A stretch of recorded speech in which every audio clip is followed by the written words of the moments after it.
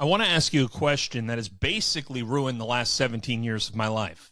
Every time the market falls and then rebounds, we hear the exact same thing from the media. They bought the dip. Great. Who is they? Did they come out of a drain? Did they come out of a prison cell? Did they come out of the Treasury Department where they're kept beside commemorative coins? Because every single time that the market looks like it's about to see the American credit report from the U.S. government, all of a sudden, somehow, buyers appear. And everyone just says they bought the dip, as if that explains anything. That's not an explanation. That's a receipt that doesn't have a name next to it. Who bought it, and with what money, and who financed them? And who gave them an expansion in their balance sheet? And why do they keep showing up in the same 5 names? Well, today we're going to talk about the machine. Liquidity, leverage, collateral, forced buying, momentum, and policy. For anybody who sits here and doesn't know why the market keeps rebounding the way that it does, I'm going to show you. Anyone who wants to sit around and say that this doesn't matter and wants to go watch kickboxing videos or dancing videos, go do that instead.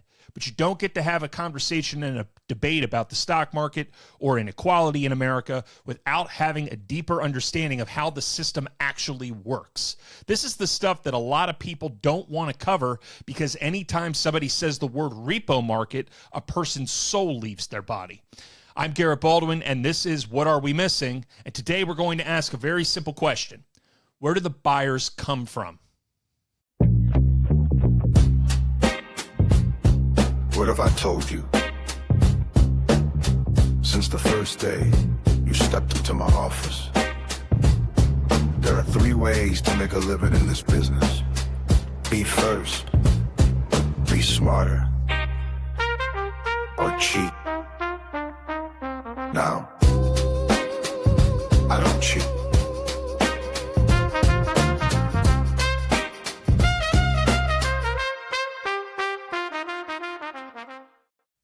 Welcome back to What Are We Missing? I'm Garrett Baldwin, your host, and today's guest is me. Well, basically, I just want to take the time and thank you for joining us today because, once again, we are trying to solve a puzzle. Our first episode featured Peter from Compounding Quality, and our conversation went into the long-term focus on where is their value, what are the compounding elements of markets. And this conversation today, the second episode, really is about a framework, about a story, about connecting pretty much all of the market in many different places together into a kind of theoretical framework that allows people to try to identify, well, what the hell is going on in the market? Because that's really all I'm trying to do. I'm not trying to do anything academically insane. I'm not trying to win some award. I'm just an investigative journalist who also happens to be an economist who is genuinely shocked and interested just in the very fact that every time that the media starts talking about dip buying and earnings reports, that I keep seeing a lot of different things that have nothing to do with these things. So that's kind of why we started this show. The idea is we're going to present this framework, and you're going to see it today, and you can make up your mind, and you can call me crazy, or you could say, wow, I've actually never thought about that, or I've never seen this before, which a lot of people do every time that I give a presentation like this. But something is off, and you know that something is off in this market. You continue to see these very strong V-shaped recoveries that don't really seem to make a whole hell of a lot of sense on the surface. You see a lot of bad news that's going on in the market, and that's what we want to talk about today. We want to talk about a puzzle that largely a textbook hasn't been able to solve. Over the last decade, a handful of names have absorbed so much new capital. Major dips in these names have been repeatedly bought over and over. And most everything else, all of that stuff that people say is value or great long-term investments, a lot of those great things have just sat on the sideline unappreciated for years. And the reality is pretty simplistic when it comes to this because really, earnings does not explain so much of this. In addition, valuation doesn't explain so much of this. In addition to that, something else does. And that's the big question. Why does Nvidia and Apple and Microsoft and Alphabet absorb so much of that money? Major dips in those names, bought over and over again. So the textbook doesn't explain it. Something else does, and that's what we are actually after today. So in 2024, I gave this talk, and it was called the Wave Speech.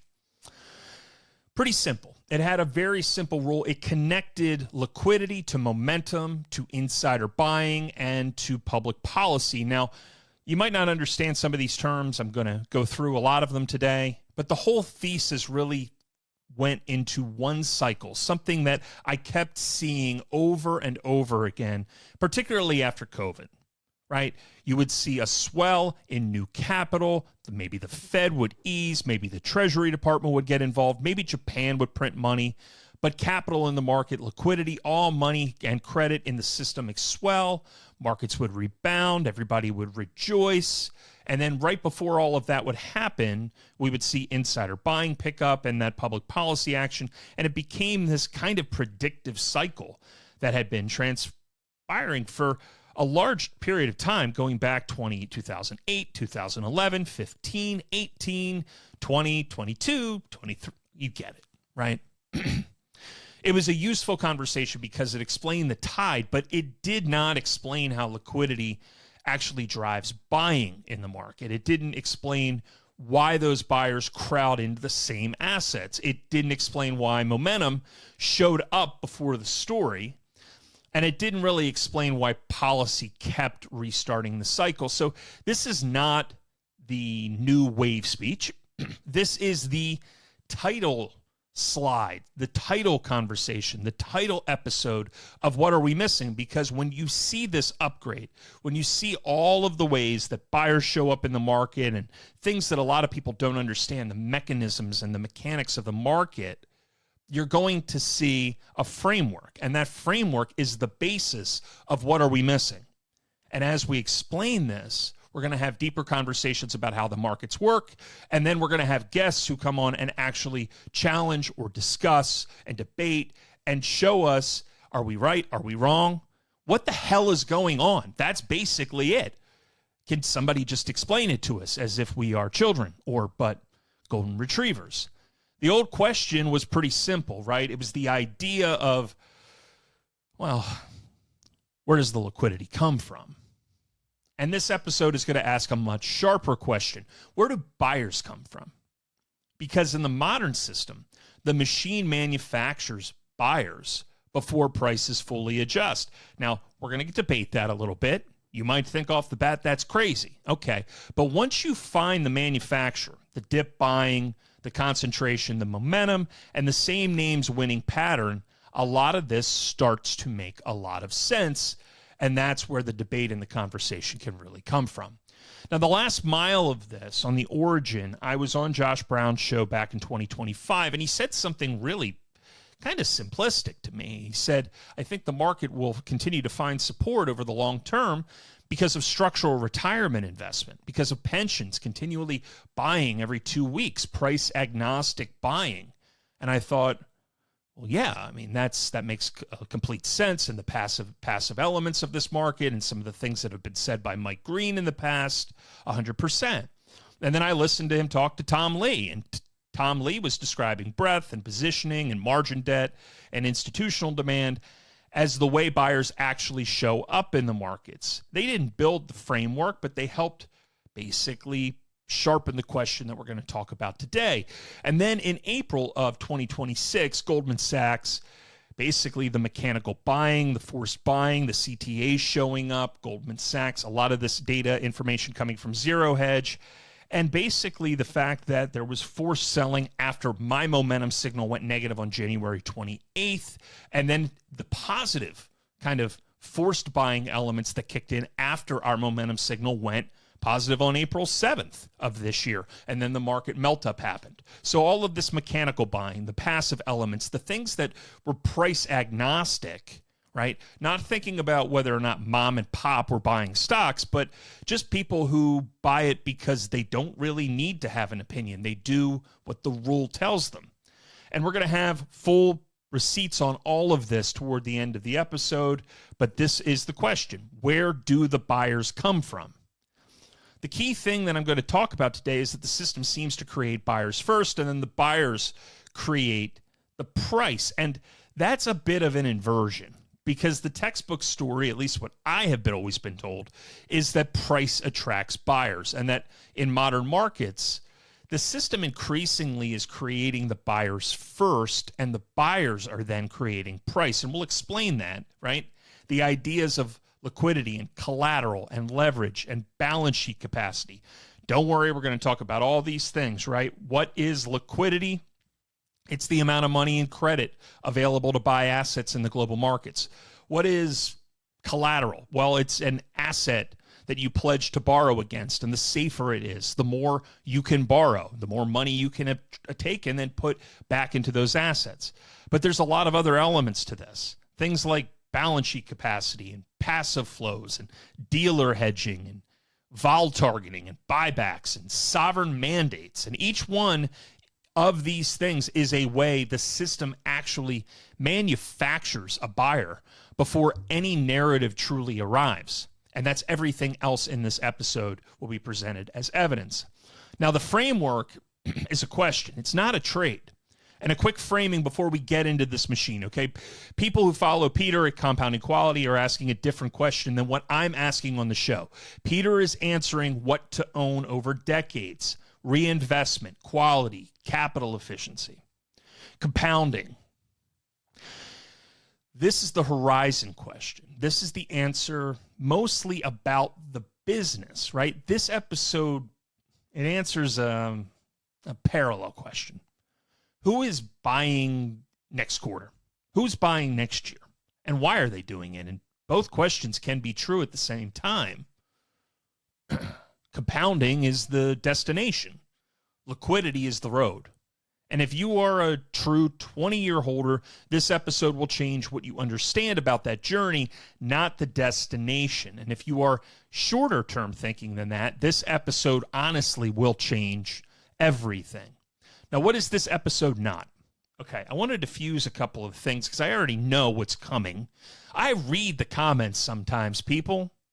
I know what's coming, and there will be counter arguments to this. And my goal is to always present, hey, I get it. I hear you. There's, for example, this is not a claim that earnings don't matter. Over 10 to 20 years, intrinsic value and reinvestment do dominate, right?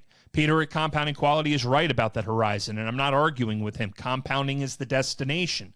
Liquidity is the road. Now, second, liquidity decides the opportunity set, not the winner. This is not a claim that valuation doesn't matter.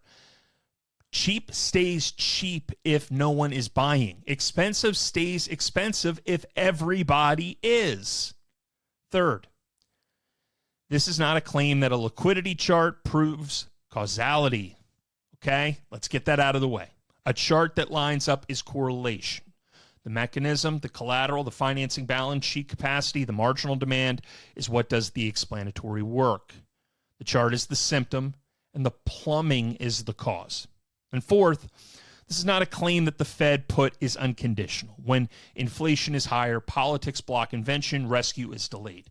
2022 is a recent reminder. And on the positive side, over months to a few years, liquidity, leverage, positioning, marginal buyers can dominate price. Buyer creation explains, or at least partially explains, why concentration persists. And that's going to be one of the core things we talk about today. Policy can restart the cycle, but it can also fail to on a delay long enough to really hurt people. Now, what is this episode?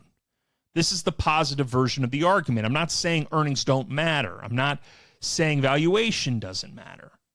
I am saying that over months to a few years, liquidity, leverage, positioning, and margin can dominate the price of path. The price is not to replace fundamentals. The point is to explain what happens between the fundamentals and the tape. Of course, the hardest criticism that I think I will face is the fact that, yes, this is a feedback loop. So before somebody in a Patagonia vest starts screaming, I don't know, endogenuity, or whatever the hell you're talking about, into a liquid, let's say the quiet part out loud. Cause and effect can and will run both ways. Liquidity can create buyers. Buyers can lift prices. But higher prices also improve collateral values. And better collateral creates more buying capacity. And more borrowing capacity can create more buyers. So no, this is not a clean line. It is a loop.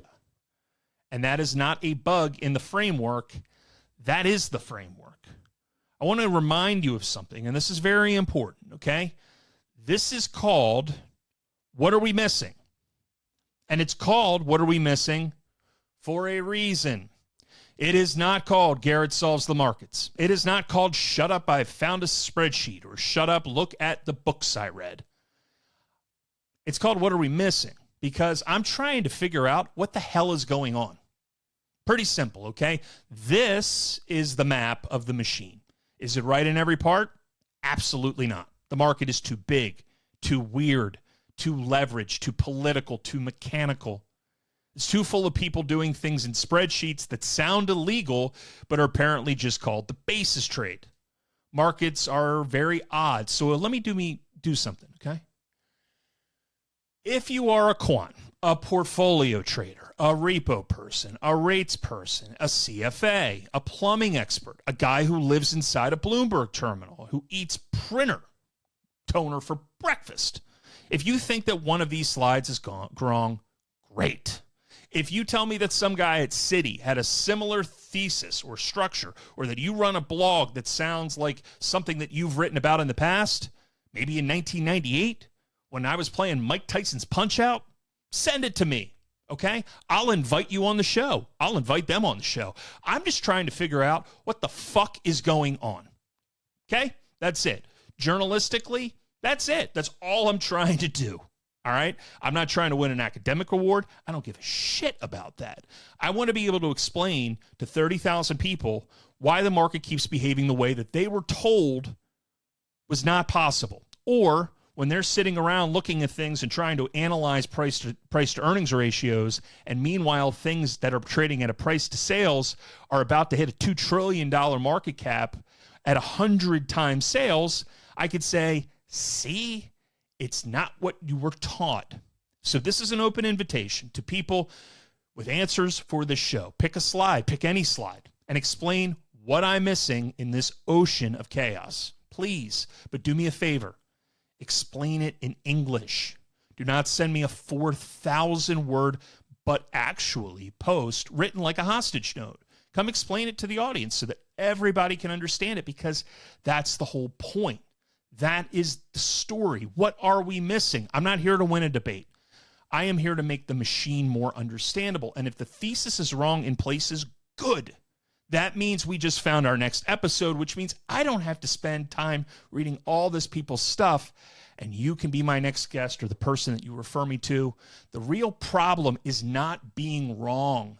The real problem is that in finance, people stay so coded and so full of private language that normal people feel like the whole thing is a big secret, which is why people think that things should be illegal, or people think that there is an edge, or that the markets are rigged.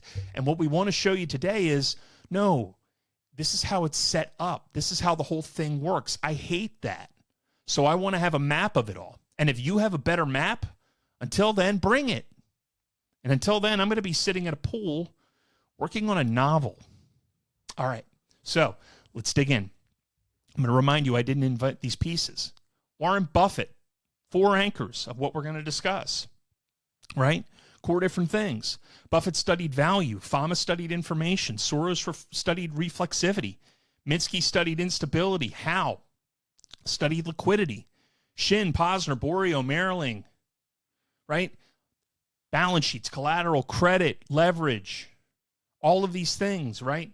Josh Brown, Michael Green, Tom Lee, Stanley Druckenmiller. They sharpen the question, where do the buyers come from? And the conversation that we're going to talk today has 4 anchors.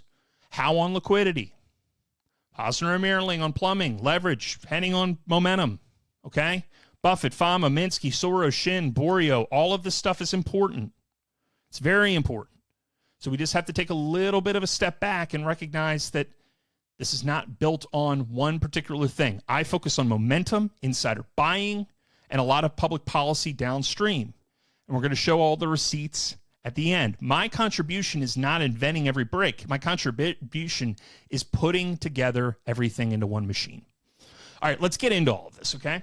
It's been a long enough period of time with that wind up, and we want to know what's going on. So before we start, anytime I use a word, I'm going to try to translate it, okay? Liquidity means buying power. Pretty simple. It just means buying power. Collateral means the thing you borrow against. Leverage means buying more than what you could with cash. Repo is Wall Street's pawn shop. Balance sheet capacity means how much room does somebody have to buy more stuff.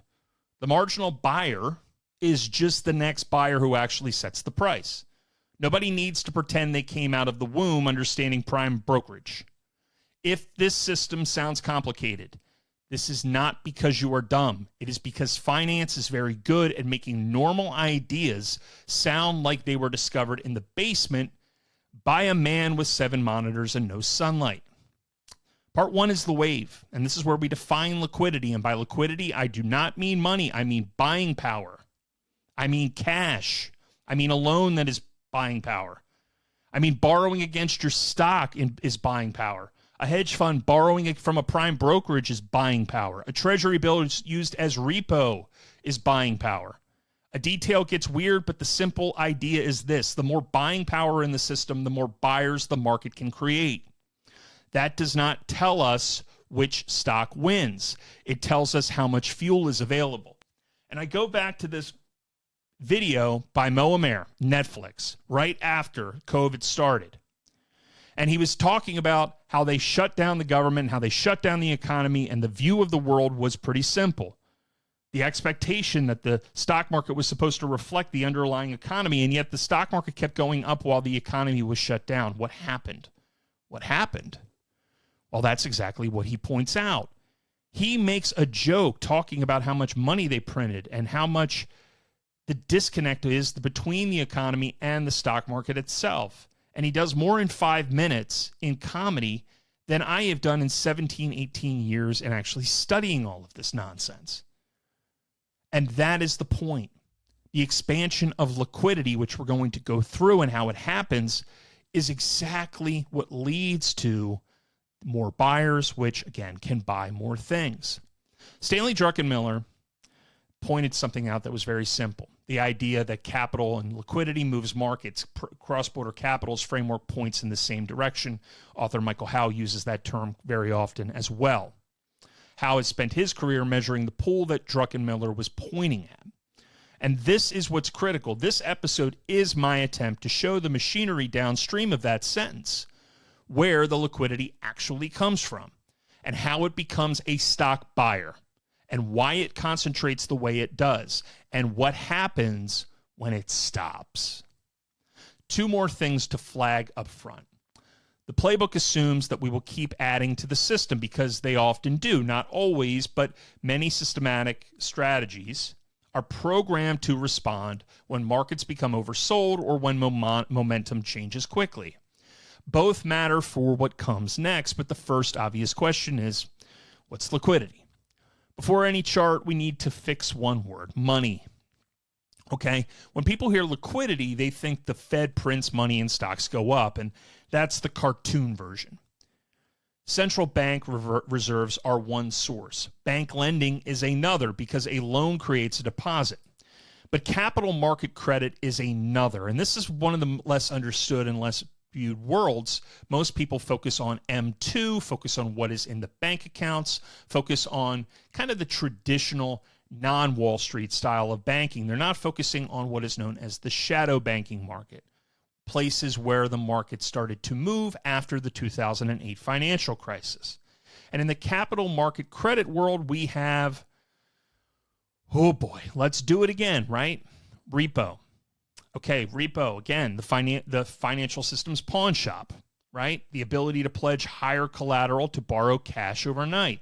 You have margin debt, which most investors, investors, borrow against their brokerage accounts to just buy more stock, right?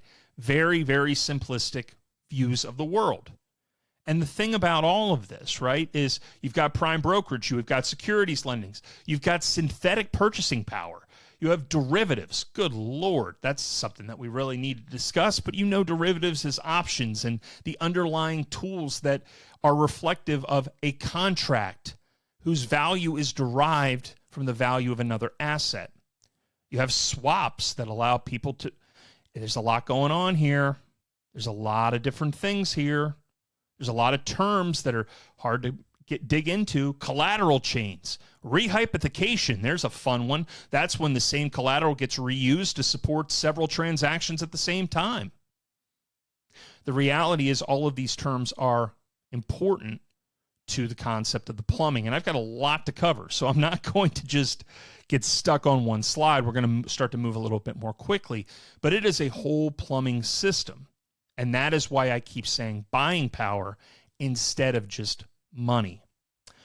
Michael Howe has taken us through this chart pretty much every day. It's one of the key things that I read on a daily basis, looking for updates on where liquidity sits. He is the godfather of this.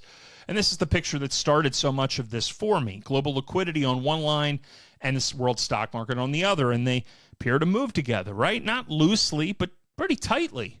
And when somebody tells you that the market is only about earnings, show them this chart and ask what else is moving. Because the pool, right, that he has, this is an updated number from May of 2026.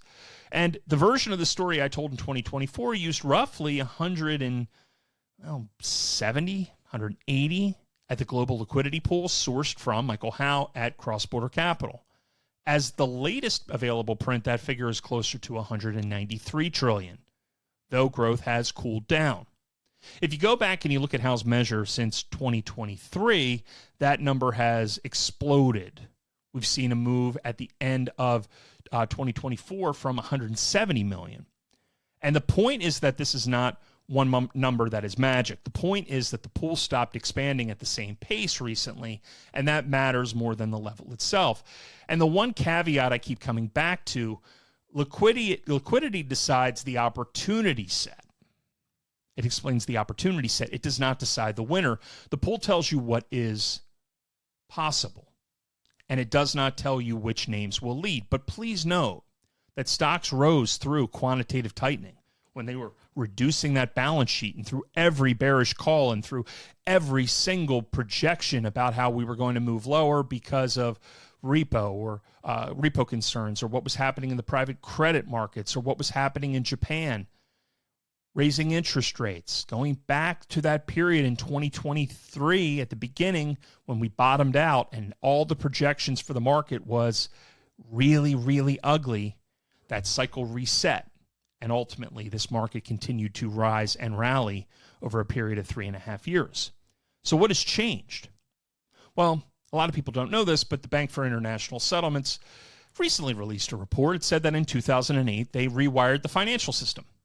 Banks pulled back, government debt expanded a lot faster than private credit, and treasuries, U.S. treasuries, became the system's preferred collateral. In 2020, there was a made emergency toolkit, part of the expected playbook, right? So the Fed and the Treasury are backstopping the funding markets, the credit markets, and the Treasury market all at once to address the COVID crisis. And the same ticker symbols on the screen, ultimately a different machine happened underneath.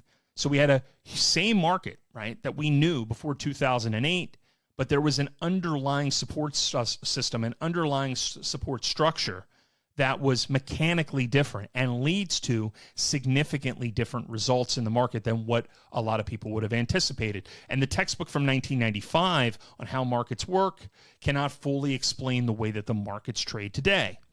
And a lot of this does go back to the concept of shadow banking. And this is something that Sultan Posner has mapped very extensively. This sounds exotic. The idea is really simple. It is credit and leverage outside of the deposit-taking banks. The old model was that deposits became loans. And the new model is collateral moves through the repo market. It becomes financing through the repo market. And then we have securitization, prime brokerage, and funds. And treasury collateral enters the repo market. It becomes financing, which becomes balance sheet capacity, which becomes a buyer somewhere in the system, right? The ability to expand that balance sheet enables people to own and buy more things. So high quality collateral can lead to more buyers. And as we'll discuss, there is no higher quality collateral than short-term Treasury bills used through the repo system because they are like cash. Nobody had to coordinate any of this, right? More high quality creates more buyers, and it's not because anybody's evil. It's because the rules have rewarded this system. Treasury bills are the liquidity lever in plain sight. We've heard a lot of people write about this. Hal's written about this. Here's a little bit of a timeline. Watch the mechanism, not the person in the chair. The Treasury did not invent a new tool in 2025. The front-end shift was already well underway in the late 2010s when Treasury leaned more into short-term bill issuance and expanded the supply of quote-unquote high-quality collateral. We could trace a lot of this back to the expanding deficits of the teens and, of course, the Tax Cuts and Jobs Act, which created new deficits. In order to prevent bonds from going crazy on the long end of the curve, Steven Mnuchin, then head of the Treasury, really did start to focus on how do I finance this government and finance this debt, and pulling from the 10, 30-year time frame and moving it to the front end of the curve created an environment where people would either want higher yield for their long-term lending to the government, which locks up capital, or that 12-month or less period where they can roll it over, potentially get a higher rate. And again, because of the short duration, it acts like cash because there is that time horizon, which is not that far away. 2020 proved how powerful that lever could be in a crisis. And what changed in 2025 and 2026, the TGA management, the bills, the buybacks, basically it started treating Treasury's debt management as a visible liquidity lever. The Treasury General account, the bills, the buybacks, same lever, just a lot more visible. Now, what happens is the Treasury collateral becomes buying power. A Treasury bill is the highest grade collateral on earth. The financial system treats it like it's cash, almost like cash. So someone borrows against it in repo. That is Wall Street's pawn shop, where you pledge collateral and get cash for a day. Now the buyer has cash and still has the bill on their books in some form. They can use that cash to take more risk. They can buy a stock. They can buy an index. They can buy a leveraged ETF for the day. They can finance a hedging position. The fancy term is collateral chain, okay? The plain term is the same dollar showing up at two parties at once. And that matters. This is how more bills in the system leak into more buying for risk assets. The T-bill does not buy Nvidia, but it can help finance the balance sheet capacity that does, enable the hedging, enable the leverage positions that are taken on something that is a double levered ETF around semiconductor, triple leveraged ETF around semis, or the Qs, or even some of these double lever ETFs that exist in the system. On top of that, here's another thing that happens. Loose economic conditions show up in stock prices. Notice the connection. When Treasury keeps the front end loaded with bills, more cash-like collateral is added to the system, which generally keeps financial conditions on the looser side. National Financial Conditions Index shows exactly that. Looser conditions tend to keep the bid under risk assets, and you could see it leaking right into the S&P. What you're looking at on the bottom is an inverse chart of the National Economic Conditions Index. I just flipped it upside down. And this runs from post-COVID up through the first couple of months of 2025. Look at how the S&P 500's direction moves, particularly through that drawdown in 2022, and then starts to slope back up, and then turn right back around and look at the line that is happening in the inverse version of the NFCI. I'm not saying that it's one-to-one, but I am saying that it does look that looser conditions are helping to keep that bid under risk assets, and that this market is in many ways front-running liquidity expectations in the financial system. Now, Michael Howe recently told us that the liquidity cycle has peaked. Okay, this is important to note because there is some debate around where we sit right now, but there is a key term that I want to point out. Howe has said that the system itself is a refinancing system, not a financing system, meaning we're not financing growth, we're just simply refinancing existing debt, and that 6 out of every 7 new dollars refinance existing debt. That is wild. So while he is saying that only 1 out of new 7 is funding growth, his measure appeared to have peaked around late 2025, maybe some early 2026. But Capital Flows, also on Substack, has argued that AI financing is extending the current situation and that some of these things cannot show up in frameworks or cycle analysis. And that right now in the market that we operate, that a lot of this new CapEx debt that is being played upon can't be defaulted on in the first year, right? It's still the very early innings of that CapEx build out, so that potentially this cycle will continue. But that is a cycle frame. There is no hard date, and Howe did not make that statement either. You can see that there are boom-bust cycles that are not on the average. Things are average on a cycle for 65 months for a reason, because sometimes it's less than 65 and sometimes it's longer than 65.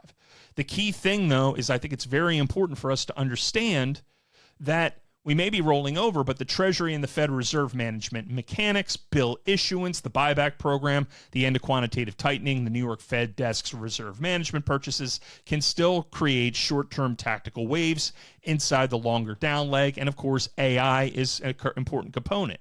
The cycle frame is the tide. The Treasury and the Fed plumbing is the wave on top of it. Both can be true at the same time, and that is how 2026 has a melt-up against a rolling global cycle. On top of this, let me just say, liquidity doesn't explain a couple of things.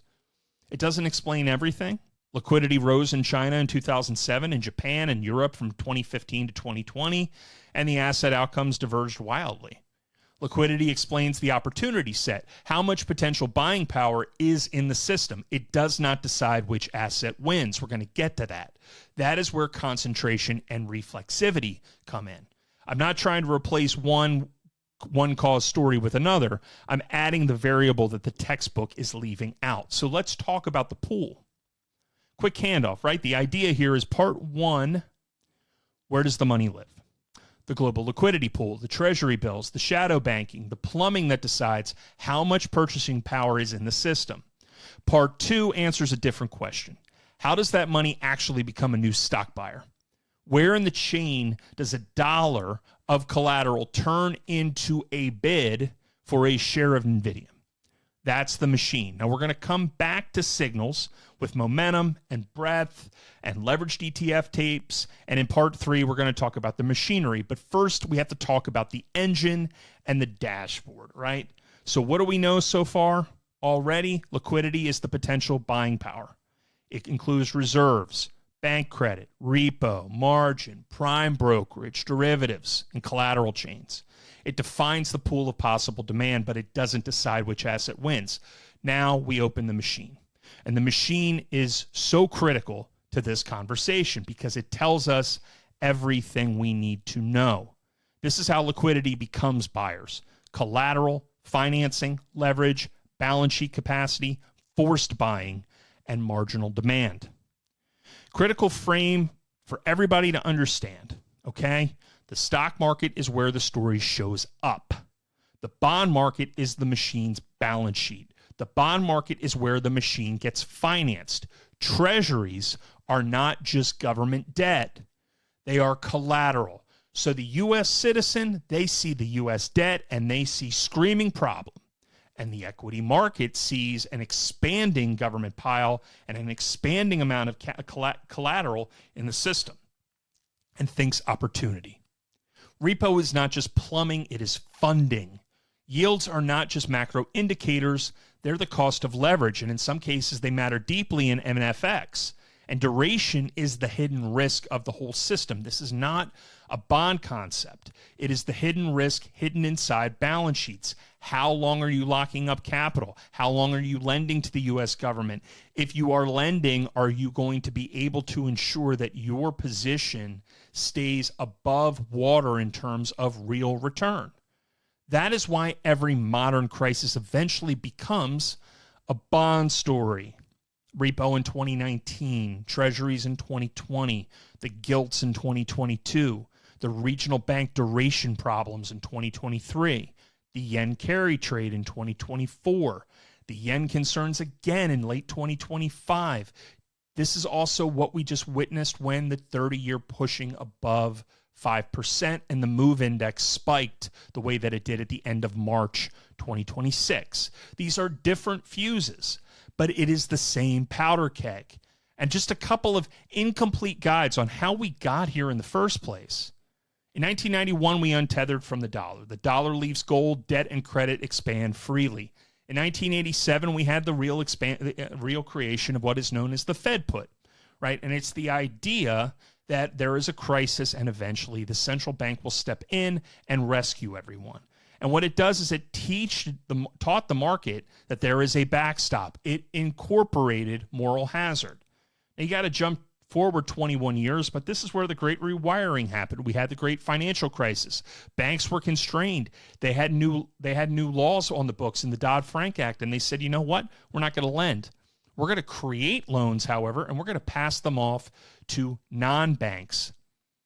And that is where the shadow banks and the hedge funds and private equity have started to dominate.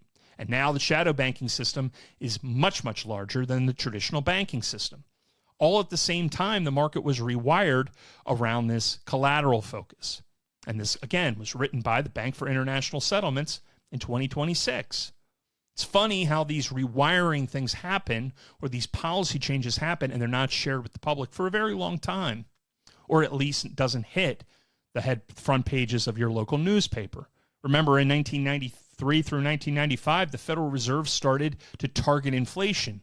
Yet it wasn't actually official policy that was exposed to the public until roughly 2010. In 2017, 2018, the markets heavily flooded with elite collateral in Treasury bills. There was a lot more of them. In 2020, normalization of intervention, new programs started to come in, new emergency liquidity tools. We ultimately ended up with backstop standing repo facilities. We started to end up with new forms of stability that was not called quantitative easing, but aimed to achieve quantitative easing-like outcomes, which is stability.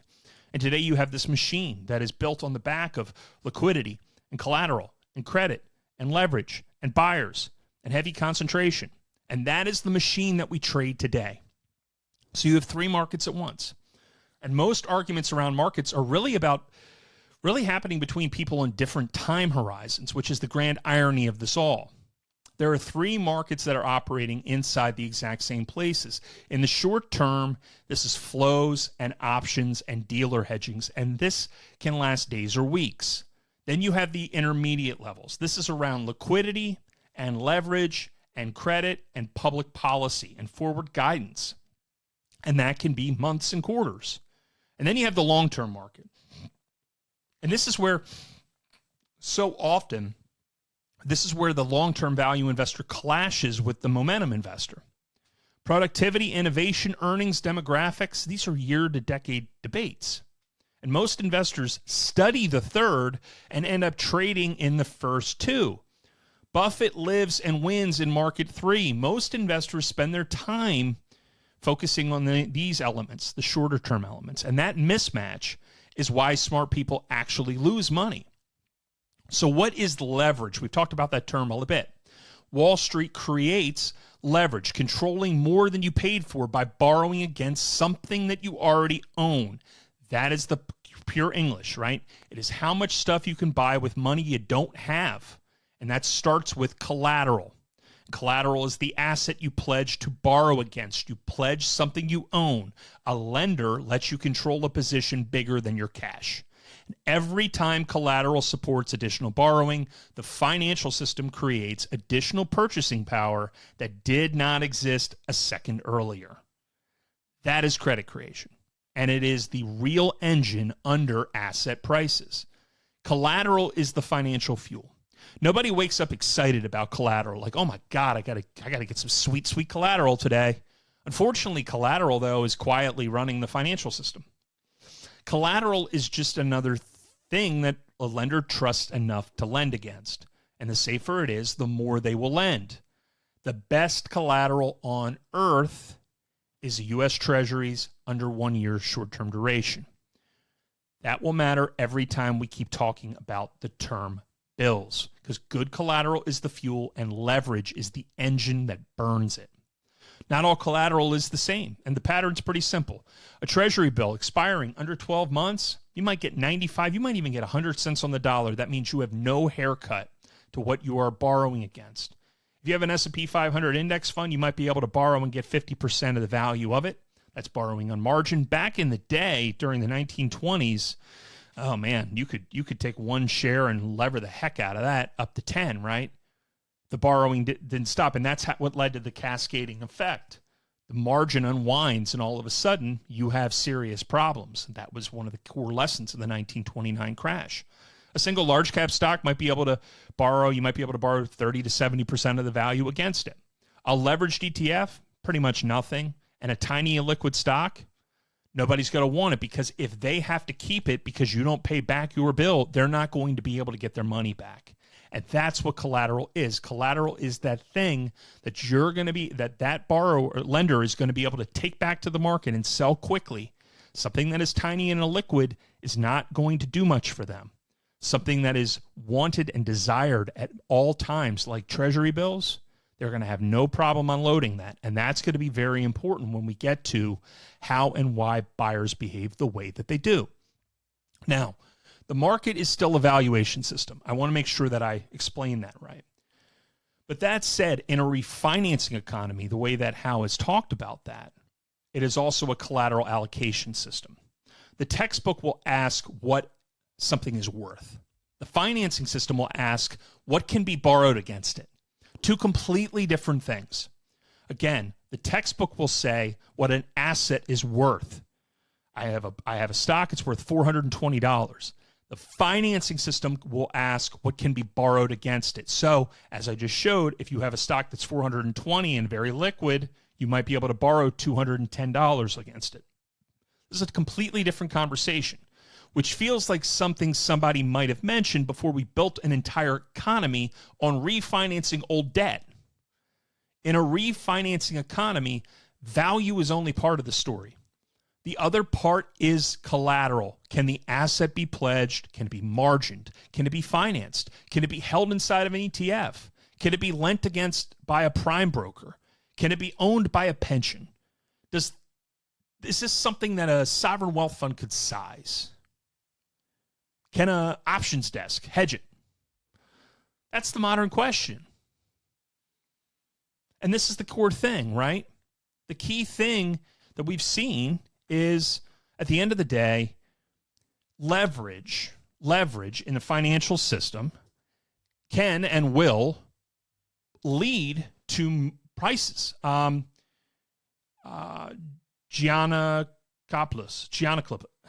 Why do I always struggle with his name? Come on, man. Giannakopoulos. Yes, thank you. Giannakopoulos. I'm not good at things, right? Basically showing that available leverage can move prices, okay? At certain moments, leverage can matter as much as fundamentals. And my apologies to Mr. Giannakopoulos for my inability to pronounce anything. I can barely pronounce ragu. I think I just did that wrong. All right. On top of this, let's just point out that, again, at certain moments, leverage can matter as much as the fundamentals do. And the real engine, that concept of a collateralized credit allocation mechanism. The textbook view of a stock is pretty simple. It is a claim on future earnings, and you discount those earnings. And that is true, but I don't think that's the whole story. This is what I was taught through CAPM. This is what I was taught in my MBA classes. That, again, you discount earnings and you get the price. But here is the plain English version of what really happens. You own something valuable. Now you have money you did not have before because a lender lets you borrow against it. You can use that money to buy something else. That new purchase can also become collateral, and there is how you end up with what is a chain reaction. And the process repeats itself. And that is how the system creates buyers. Assets become collateral. Collateral becomes borrowing. Borrowing creates buying power. Buying power creates and becomes demand. Buffett explains why an asset has value. But, as we know, something completely different exists in this market. Minsky, and once again, what did I just do here? Oh, sorry, Giannakopoulos. Isn't it fun? Showed at certain moments the moment of borrowing available against the asset can move its price as much as fundamentals do. And once again, my apologies, John, that Giannakopoulos is so hard for me to say. But once again, I can barely pronounce ragu. Missing bridge, right? Next part of this is the idea that collateral ultimately becomes the stock buyer. It ultimately becomes the stock buyer. You own something valuable, the lender borrows against it. Now you have money you didn't add different before, right? Same thing. You have to repeat this so you understand just how wild this sounds. The lender lets you borrow against it. Collateral supports borrowing. Borrowing creates balance sheet capacity. Balance sheet capacity allows larger positions. Larger positions become marginal demand. Marginal demand moves the price.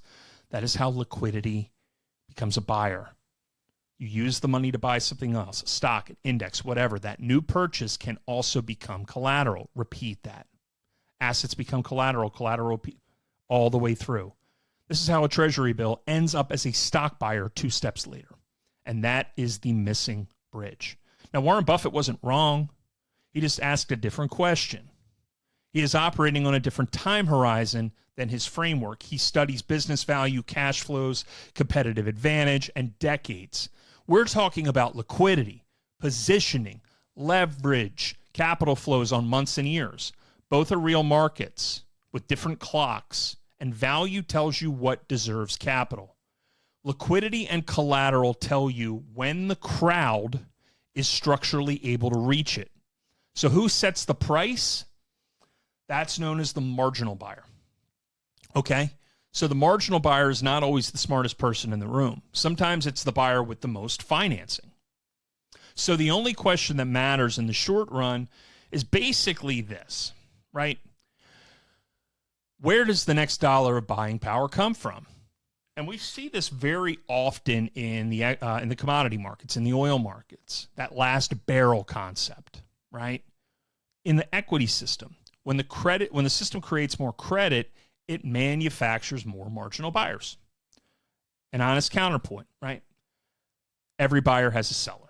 The question is not whether somebody sells, somebody always sells. The question is whether the marginal seller is price sensitive enough to absorb the flow without moving the price. And if the seller is a price insensitive index rebalancer on a margin call, the flow gets the price it asks for. If the seller is a Warren Buffett style holder of fair value, the flow has to pay up. The marginal seller is half the model. The buyer side is louder right now.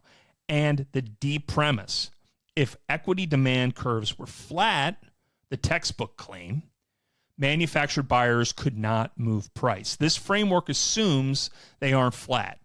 But as we're going to show, the core thing is we have the receipts for that assumption. When flows move price, we talk about inelastic markets, okay? The textbook says that markets absorb buying without moving much. In English, that means if a lot of money shows up, sellers appear, arbitrageurs step in, and prices should not be moving that far. And we had a study in 2021 where 2 academics looked it up and said, well, not really. Created the inelastic markets hypothesis. For every dollar invested in equities, it raises aggregate market value, particularly at the passive flows, $3 to $5. Now, that figure is debated, but the multiplier is real. And the work suggests that when $1 flows into the stocks, right, it can go 3 to 5. We've seen some people suggest 5 to 8. Now, you don't have to memorize that. Just memorize the bar version. When real money hits the market, prices move more than the textbook says they should. And that is why manufactured buyers matter. That is why the whole machine in part 2 is going to feel more like cheating, because it's not cheating.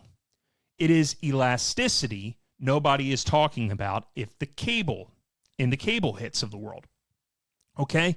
So again, the core thing is we have a flywheel. Why bull markets feel self-reinforcing? They are.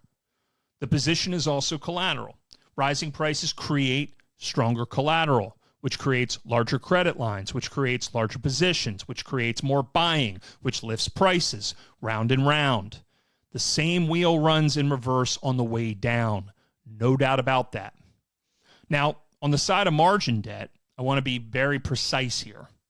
FINRA reports this monthly. I believe we hit somewhere around $1 trillion in June 2025 and $1.3 trillion in April 2026. That's the latest prints. I want to be careful with the language here. As of recording this episode, margin debt has not rolled over. It is at an all-time high, right? It is at levels we haven't seen.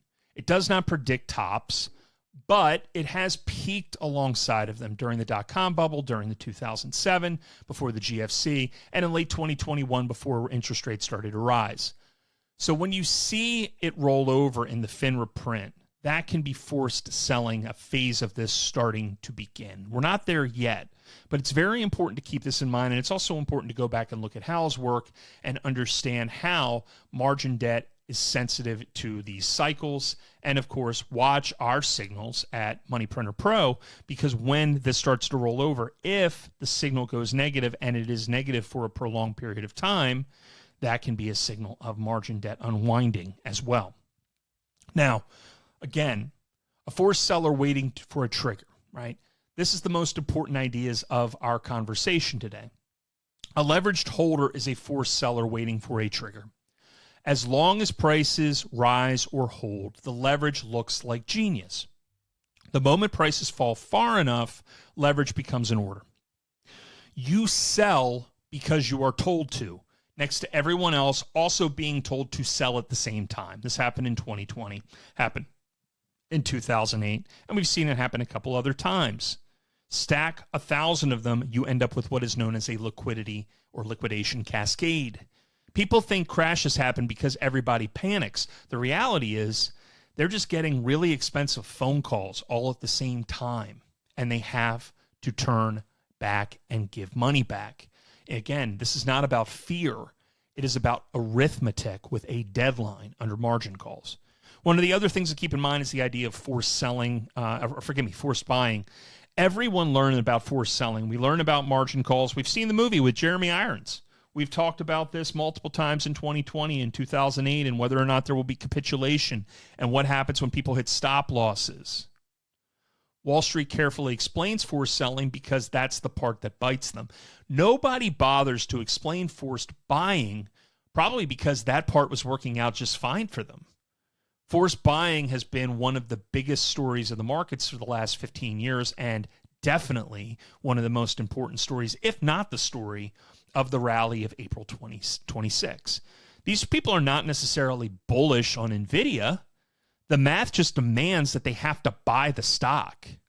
So, recurring bids, passive, and buybacks. This is really the key thing about where the buyers start and where it ends up. I want to be careful with the buyback claim because it's the strongest version. This argument would be easy to attack. I used to say buybacks were price insensitive, and that's probably too strong. In fact, I think I articulated that in a blog post the other day. The reality is that buybacks are pro-cyclical. So companies authorize buybacks near peaks when cash flows are strong and pullbacks are near troughs. And when the board gets nervous, right? So they don't announce it when the board is nervous, when we're concerned about recessionary forces, but when things look just freaking perfect. That's where the buybacks are authorized. You have the passive flow contributions arriving, right? The index fund buys. It doesn't check valuation. It shows up every 2 weeks. And this is what Mr. Brown talked about. And again, just one of those reminders in the back of your head of, oh, that's right. Passive flows are 50% of capital in the financial system, and possibly even more. This is the opposite of what a Buffett-style value investor would do. The bid is recurring and it's mandate-driven, and you have all of these elements. And again, the core thing, buybacks are not price insensitive in the strict sense, but they are occurring and are mandate driven, and the board approves them, and the buybacks happen. And the question is rarely a fresh valuation judgment. And here's Mike Green's contribution that I want to flag explicitly because it's going to be important when we talk about the every buyer theory. The day the inflows reverse, that same mechanical buyer becomes a mechanical seller in the market. The rule doesn't care which direction it points. Now, a quick definition, because I keep using the word dealer, and I'm not talking about Stringer Bell. A broker-dealer is basically Wall Street's warehouse and shipping company. It is an Amazon fulfillment center, except instead of packages, they're moving stocks, bonds, and usually options, okay? They finance positions, and they provide liquidity, and they hedge risk. They are the plumbing you never see and you don't think about. When a dealer sneezes, this whole market catches pneumonia. When they pull back, there's suddenly nobody standing in the middle to make a trade happen. CTAs are the trend-following mechanisms. These are people who have academic support. Moskowitz, Peterson, and others showed time series momentum across asset classes. So this is not a claim that CTAs are bad. The point is that they're just mechanical. They're machines in so many ways. In a panic, mechanical can look very dumb at high speed. They buy strength and they sell weakness automatically by rule. Hundreds of billions in notional exposure across markets. They don't just really start moves, they amplify them. So when momentum returns and markets start to rebound, and typically we see low volume squeezes off of oversold conditions like we did in late March 2026, suddenly the moment that momentum flips back, and we'll talk about momentum, the moment that flips back, they become mechanical buyers. Very important. When a sell-off goes further than the news justifies, by the way, very often the trend followers just flipped from long to short and dumped into a market that was also already soft. So again, they amplify moves, and we're going to get to that when we talk about leveraged ETFs. Volatility targeting and risk parity. Is there any booze in this office? Where are we? These are the nervous drivers of the markets. When the road is calm, they speed up. When it starts raining, they slam on the brakes. Volatility targeting and risk parity. These are things. These are funds that must sell when markets get jumpy and buy when they are calm. Once again, rule following. They fund size positions on calmness, not conviction. And stability breeds the leverage that produces instability, which is Minsky in one sentence. Calm markets invite leverage, and that calm is the setup. Now, gamma, 0 date, leverage squared. Yeah, these are all real terms made by real people who apparently went to college and decided, I'm not going to build a bridge. I'm going to figure out a way to how to make as much money possible just using an algorithm. So when a trader buys options, a dealer has to sell them. A dealer hedges by trading the underlying security. Direction depends on the dealer's positioning, their gamma, and their moneyness. 0 date options compress that hedging into the same trading session. Then let's add some margin on a leveraged ETF, and you have leverage on leverage. A microphone held too close to its own speaker, if you will. Pretty on the way up. Sharp, radical, straight up line. We just saw this with $60 billion in assets in roughly a month, doubling from April to May 2026. Leveraged ETFs, particularly single stocks, absolutely surging. It's great on the way up. It is unbearable on the way down. The reality is bull markets manufacture their own buyers. At least that's my argument. Come on the show. We have a sixth force buying engine. If funds positions rise, its net asset value rises. And the net asset value is the collateral. So the prime broker raises its limits and the fund can buy more. The rally lifts the fund's assets, which unlocks more borrowing, which funds more buying, which lifts the rally. A bull market manufactures its own new buyers out of rising prices alone. And that is why moves run further than any earnings story can justify, and why this stuff aligns so clearly with my world of momentum. Single stock leverage is a visible tip of what is happening too. And per Goldman Sachs, global assets and leverage in inverse single stock ETFs continues to surge. Now, Goldman has warned the unwind could be messy. And of course, no shit. Korean chip manufacturing products are a leading example. These things have gone absolutely parabolic. But the lesson here is that this is the leverage that you can see. The leverage you can't see is what breaks the system. And the basis trade has absolutely no ticker. And that matters. So the collateral chain, repo, and the basis trade, two definitions. Rehypothecation.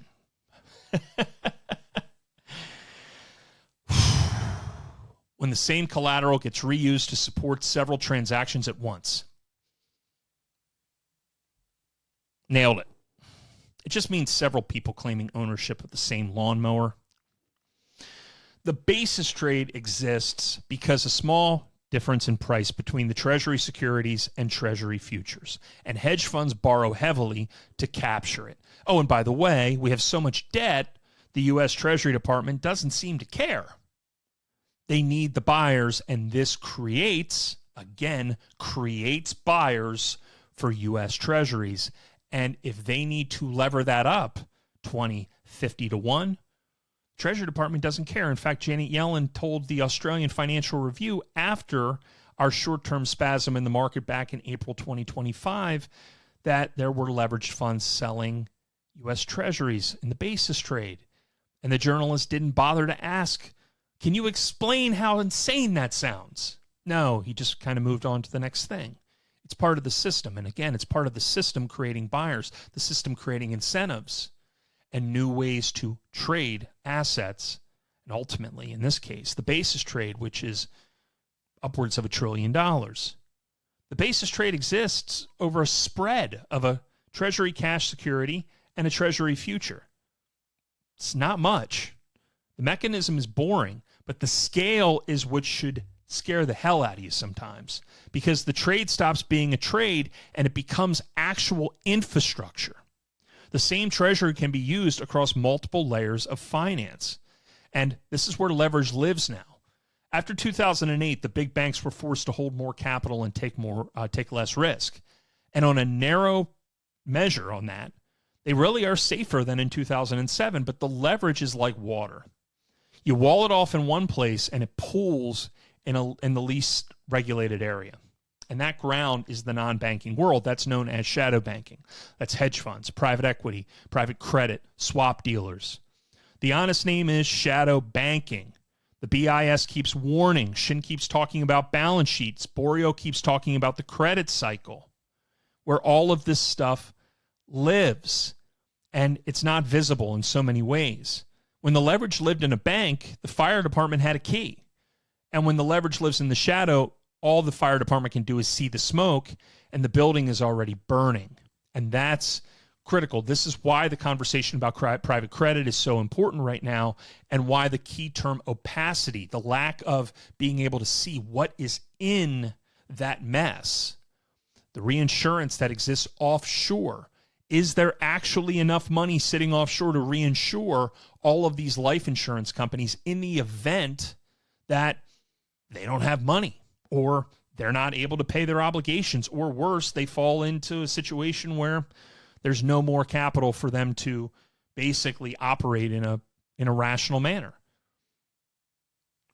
One of the core things here is this whole machine. And you have to understand, if you photograph one slide today, just make it this one. Every chart I've shown you, every chart I'm about to show you, fits somewhere into this loop. So wherever you feel loss, ask which stop we are at. The wave is where liquidity enters. The machine is where collateral and leverage creates buyers. The current, where we're going to talk about soon, is where the buyers are moving. The waterfall is where capital concentrates, and the survivors, the insiders who buy the wreckage, and the lifeguards, the people who actually bail this system out, they're the ones that we'll discuss at the end. How does all this stuff break? It's the same story every single time. It's monotonous.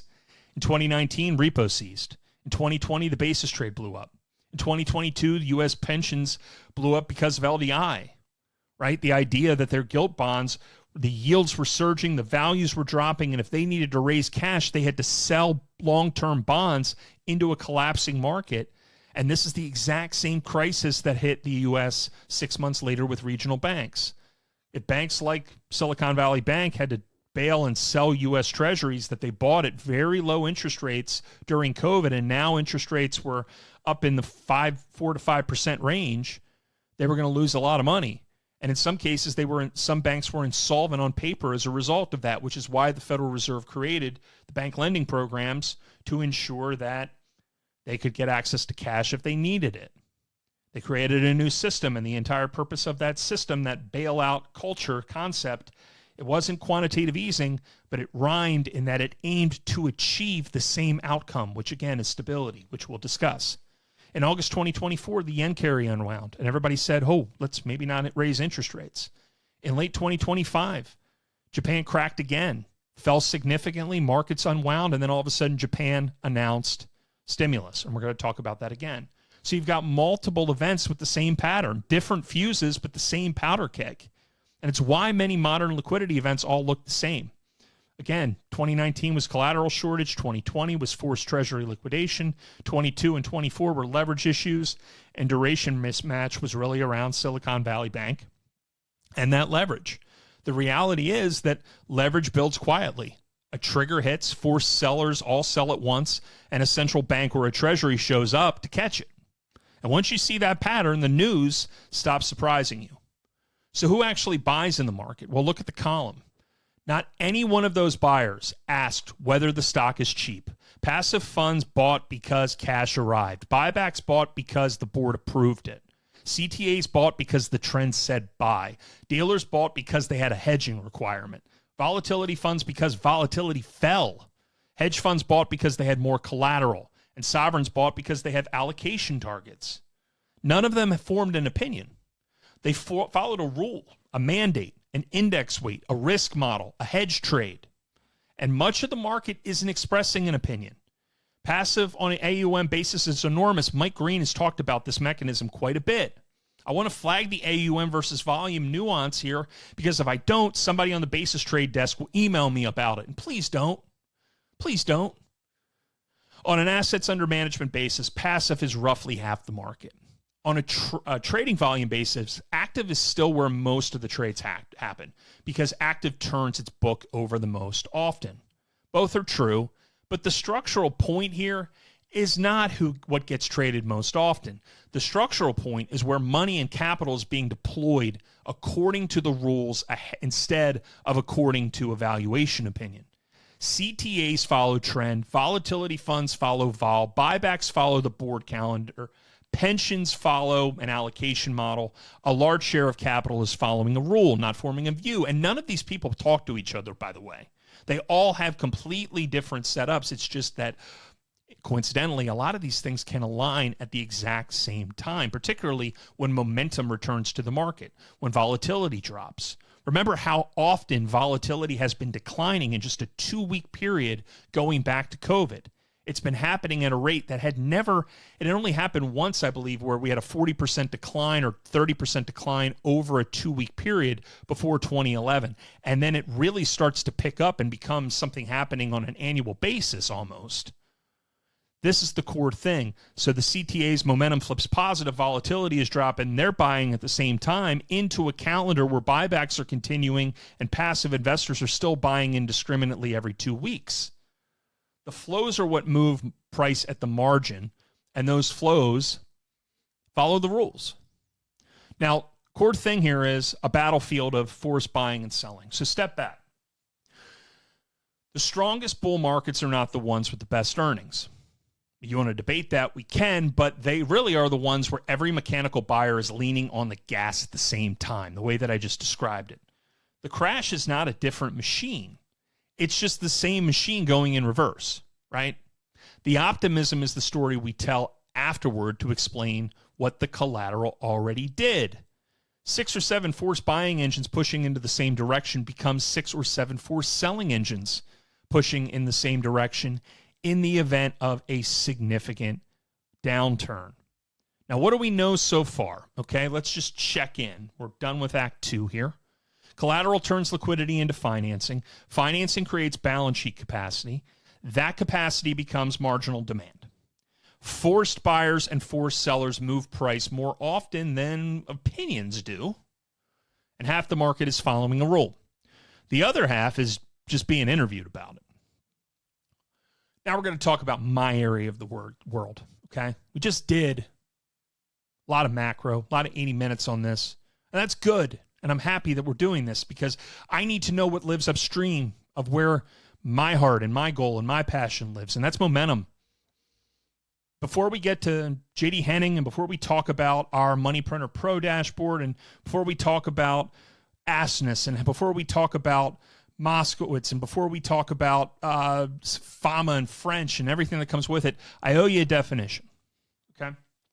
In an essay I titled Money Printer 102, What Do You Mean by Momentum? I make a point that everybody pretends momentum is just prices going up, and it's not. There are three distinct things that people call momentum, and we want to keep them separate. The first is the phenomenon. What liquidity looks like when it persists. Momentum is basically that. It's basically permission. Permission to borrow, permission to buy. That's partially important to momentum. Second is the academic definition.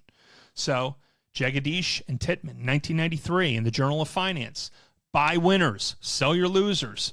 That long-short portfolio earned roughly 1% per month for decades. And then Carhart in 1997 added momentum as a fourth factor on top of the FAMA French model. Now, FAMA called momentum the premier anomaly, and there are a lot of anomalies in finance that date back decades because everything operated through the efficient market hypothesis. And if people couldn't explain something that was outperforming for reasons that didn't make sense, they just simply called it a statistical or financial anomaly, right? Victor Niederhofer studied insider buying. FAMA and French, right, push this stuff on the side, and then Jagadish and Titman come out and they say, no, momentum matters. And that's really the core thing. And this is the big differential between efficient market hypothesis and the idea of things being priced in, and momentum that showcases that things can persist despite the same information being recordedly, complete at all times. Then you have the condition, okay? Right? Core thing real quick. Let me go back to this real quick. FAMA said of efficient markets, he conceded effectively a 30-year free lunch. Asness, Moskowitz, and Peterson, I do have to highlight them. They show that momentum is strongest when funding is cheap and risk is easy, and that's very important when it comes to monetary policy and central banking and loose credit conditions. Momentum is not just lines on a chart. It's evidence that buying power is still flowing in the same direction. So if you only remember one thing, remember that. Momentum means that buyers are still showing up. The third thing is the signal. Breakdowns minus breakdowns. Breakouts versus breakdowns. Leveraged ETF tape. That's a dashboard, the reading of the phenomenon. It's not the cause. And we're going to get to a dashboard, and we're going to talk about influences of this in a minute. But first, I want you to know what you're actually listening to. Daniel and Moskowitz, right? Before we weld part 2 and part 3, they documented what was called momentum crashes. The basic result is that after deep market drawdowns and during periods of high volatility, the momentum factor does not just stop working, it reverses violently. And the names that ran become the names that get sold first. And the mechanism is the same mechanism we spent part 2 describing. Forced degrossing, CTAs flipping from long to short, vol targeters cutting their exposure into rising volatility, a leverage unwind, which we're going to showcase that in leveraged ETFs. The forced selling that powers this machine on the way up is the same forced selling that breaks the dashboard on the way down. So, part 2 showing up in part 3, the same forced selling that powers that, again, breaks the dashboard, and we're going to get to the dashboard in a moment. Now, let's be careful with language because I don't want no emails, but I know I'm going to get them. That's okay. The essay somewhere says that momentum always leads, and I'm not going to say that. In the regimes we have studied, momentum leads more than it lags. That's the honest version. It's not physics. It's not unfakeable. It's a discipline model that embeds thresholds and choices associated with it. So when it crashes, the crash itself is the signature. It is the buyer pool turning. It is not really a chart breaking. That said, very important influence, J.D. Henning. A lot of people haven't heard of J.D. Henning. People, if you don't know who J.D. Henning is, go to Seeking Alpha. Read his academic work. Read his dissertation. It's the single most important academic report written in the last 40 years, I promise you. Especially if you are a retail investor, especially if you're somebody trying to understand flows, and you want to understand all that liquidity upstream and how it relates to momentum. Henning's PhD dissertation. His father is Grant Henning. Grant Henning wrote Trading Stocks by the Numbers, also wrote the Value and Momentum book, 2009. He wrote a dissertation when I was finishing up my MBA at Indiana, and it's called Multi-Discriminant Analysis of the Price Momentum Anomaly, and it maps out the stages a stock goes through inside a momentum factor. He found 7 stages. But the second your brain sees 7 of anything, it wants to run. Okay, so forget 5 of them. You want to find the 2 of them that mattered. Stocks that are accelerating up and stocks that are accelerating down. And when more are breaking out than breaking down, out on the edge of the bell curve, that's important. When there are more breaking down than breaking out, that's important too. And when that flips, you pay attention.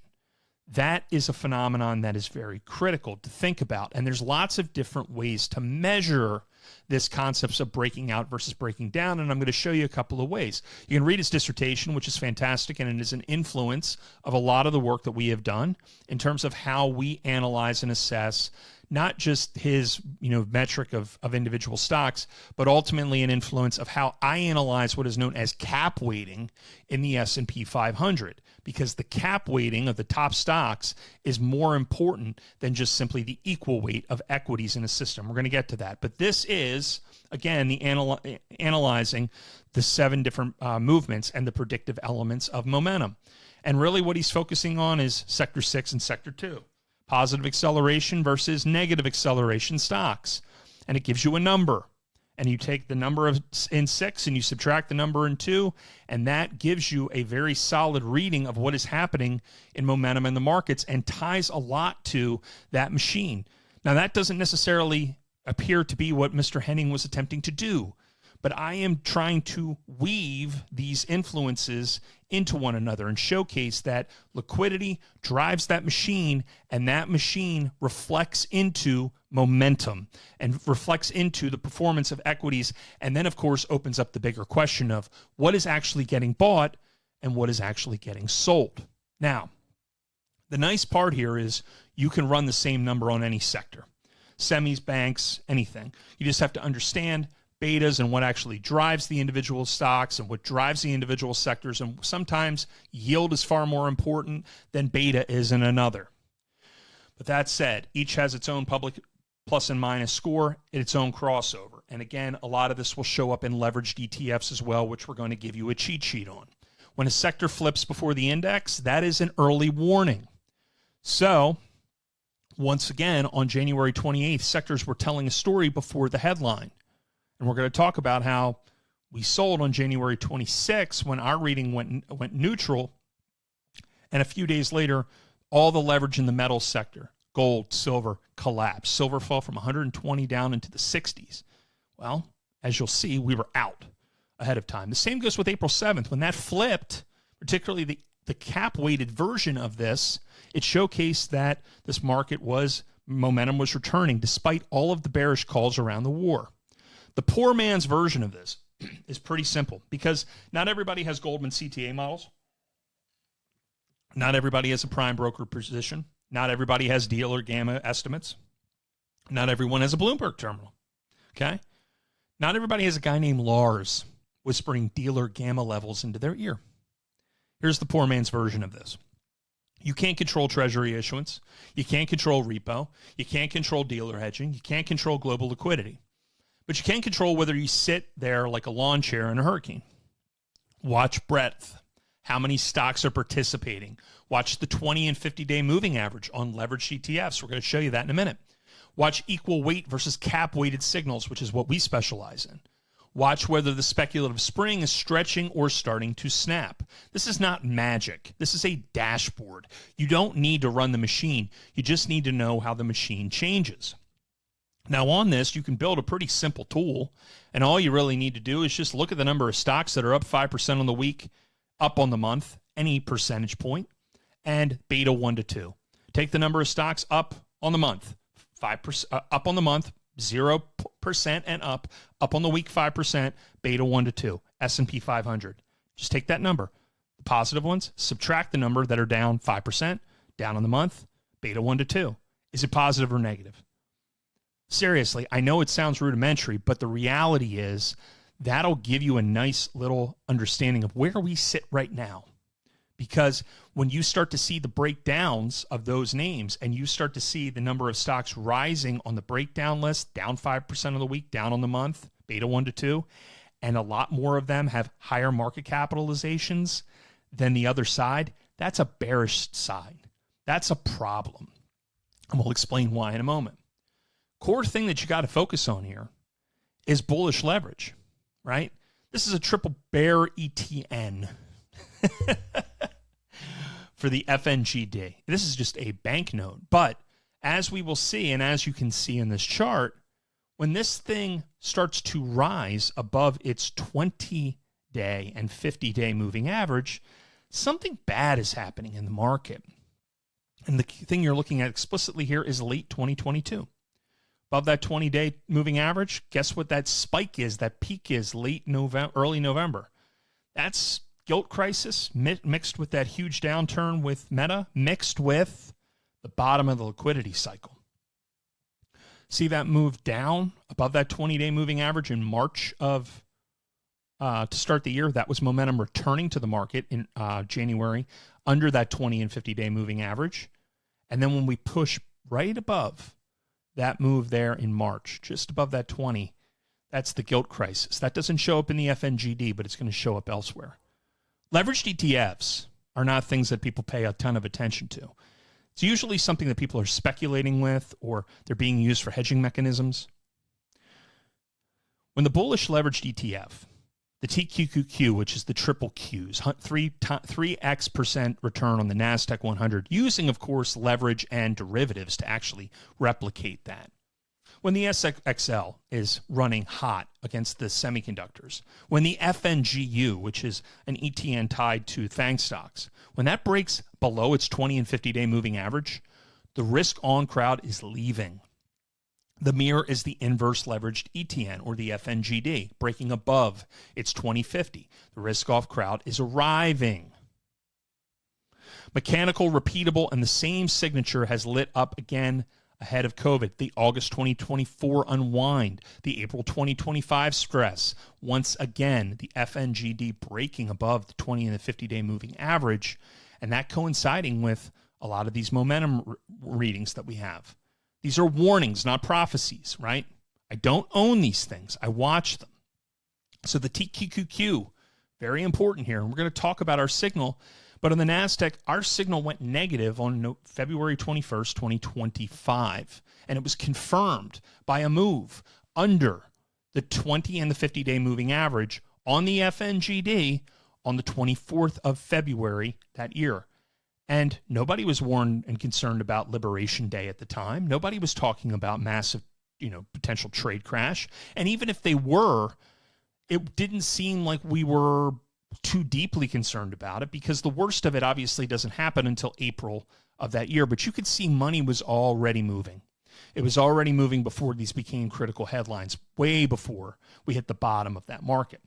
Additional confirmation signals: don't trust one gauge. Look at the MACD, the ADX. They measure how fast things are changing. The RSI and MFI for combined overbought and oversold positions. A lot of these CTAs and these funds, they are buying at the bottom. They're trying to see if you can get a squeeze. Nobody's stepping in and trying to buy some of this stuff when everything is oversold on price and volume. But again, when you get into those levels, you're looking for those low, tiny squeezes. And then if we push above the 20, 50-day moving average, sometimes momentum returns very quickly. And all of that machine that we were talking about returns with aggressive purchasing. Once again, volatility regime tells you how forced flows are set to behave. Very important to keep this in mind. And remember, there is no single light. This is really a dashboard, a way for us to focus on how to utilize this moving forward. Now, having a signal is very important, and this is what we do at Money Printer Pro. We built this on the site, and whether we call it, a capital wave on an equal weight or cap weighted basis. Cap weighted tracks where the indexed money really is. Equal weight tracks where the breadth is. The two diverge when concentration is high. So I watch both, and when they agree, the signal is loud. And when they diverge, the message is concentration doing the work. This is our signal on our site. This is April 7th. And as you can see, cap weight moved. Equal weight did not. That's the green line versus the cap weighted. That move into positive territory was a positive flip after weeks of negative conditions. And this was the SOXL absolutely ripping and roaring through that period. That was the last positive swing. The last negative swing was January 28th. And I dumped in sold gold positions on January 26th. Here's the headline. It was called the Will Emerson moment. I said it shouldn't have been this easy for gold and silver paper to move the way it did. So I was out of gold positions in paper at 5,500 and selling at 120. It didn't make sense. And when things don't make sense, I leave. This is the movement of momentum from 2022 through 2024. And as you can see, it's never a directional turn when things are at the top. There usually is a little bit of selling, a little bit of a squeeze, and then a flip. And in some cases, there are false positives. Sometimes things move positive, and then we just test a moving average, and then we move higher. But the big signals in the market are very clear. The big signals matter because when it goes negative and you see these flows, these are the types of things that have happened in recent years, and this is where the signal has gone negative or negative before something significant happened, before all of that forced selling or the margin calls and all of the potential downfall, right? The 2020 rate hikes that happened, momentum returning to the market, June 8th, 2022. Right here, largest hedge fund sell-off in 15 years. Didn't happen here, happened right there. Okay, that's important. The gilt MBS crisis, the signal went negative when Jerome Powell was speaking it up in Jackson Hole. Silicon Valley banking crisis, no one mentioned that there was a possible banking crisis anywhere on Google News before March 7, 2023. 4 days after that signal goes negative, and the FAZ, by the way, right, banking ETF breaks key moving averages. 4 days later, Silicon Valley Bank is gone. Japan implosion. This goes right on August 1st, 2024. 4 days later, largest sell-off in Japan since 1987. Inflation worries, all the concerns that happened back in late 2024. And of course, the tariff trade-off, the February 21st, 2025, going negative 6 weeks before the worst of that crash. That takes us into the waterfall effect. Okay? Now, the waterfall is the payoff. Why does buying power keep concentrating in the same names? And that's where I really want to get to. The callback is the idea that a house auction happens. A house doesn't get a new kitchen. Nobody fixes a roof. The only thing that changes is the number of buyers. So one buyer with cash might be able to buy a house for $100,000. 5 buyers who show up and could borrow $250,000 that house might be worth. You add pensions and ETFs and hedge funds and everybody else, and maybe that house is now worth $500,000. The house doesn't get better. The buying pool just gets bigger, and the borrowing capacity expands. One of the other things that's important to note is new purchasing power in a financial system does not happen evenly. 300 years ago, Richard Cantillon figured this out. New purchasing power enters a system unevenly. And I want to point this out. It doesn't show up everywhere at the same time. In a modern context, capital reaches the financial system first. It goes from central banks and primary dealers and balance sheets, and then it moves outward through the banks to the dealers, to the funds, to the institutions, to the asset owners, and finally to households, usually in the form of a credit payment. That is not a literal sequence. It is gradient. So whoever's sitting closest to the money buys assets before prices fully adjust. And it's like they're completely able to buy anything before that capital enters the system. Whoever sits furthest away from the money buys the inflation. This is not ideology. This is geometry. For 18 years, we have bitched and complained against each other about everything. for 20 years about a puddle that is formed from a faucet. Housing, stocks, billionaires, inequality, politics, they're all real, they're all important. But every one of those arguments is about where the water ended up, where the capital ended up. Almost nobody asks where it came into the room. So can we please stop talking about left and right issues around this, and for one moment, just one moment, talk about the fucking faucet? Because the closer you are to the faucet, the more assets you can buy at a cheaper valuation. There is your driver. We have these arguments about right and left, and we completely don't look up at the realization of the way that capital is created and how it is unevenly distributed across the system. The further you are from the faucet, the more you face inflation. This isn't that complicated. And if they just took 10 damn minutes to understand how credit works, how collateral systems work, how the whole mechanism operates, then you might be able to solve your problems. But until then, the rest of it is largely political noise for political gain. And that's all I'm going to say about this, because it just needs to be said. Okay, back to the wiring. A sharp portfolio will ask, if liquidity is all that matters, why didn't every asset rise the same? Well, liquidity is the fuel, but fuel still has to choose a destination. And that destination is the sixth force. George Soros calls it reflexivity. Success attracts buyers, and buyers create success. Rising prices attract more buyers, which lift prices, which attract more buyers. Creating buyers. That's what this is about. Most buyers aren't asking if something is cheap. They're actually asking, am I actually allowed to own this damn thing? Passive funds, pensions, CTAs, options desks, sovereigns, and retail. So follow that implication. The stock that can be owned by everyone eventually absorbs money from everyone. Most investors spend their lives looking for better companies, and increasingly, the market rewards companies that attract better buyers. So, this is why cheap often stays cheap. A lot of retailer investors I've met ask the same question. Garrett, I found a stock, it's cheap, it's profitable, it's growing, it's well run, and it's done nothing for years. Why? Well, the answer is structural. Not enough buyers are allowed to buy it. It's not the right indices. It's not the right size. It might be too small for sovereign wealth funds. The options market might be too thin. The narrative hasn't caught on. The value is real, but the buyer pool is missing. And Buffett's question is important because you have to think about this the rest of the episode. It's the cleanest sentence I got, everybody. Buffett asks one question. And it's the greatest question of all time. And asking it, what is the business worth? Yeah, the modern market asks a different question. Who is allowed to buy it?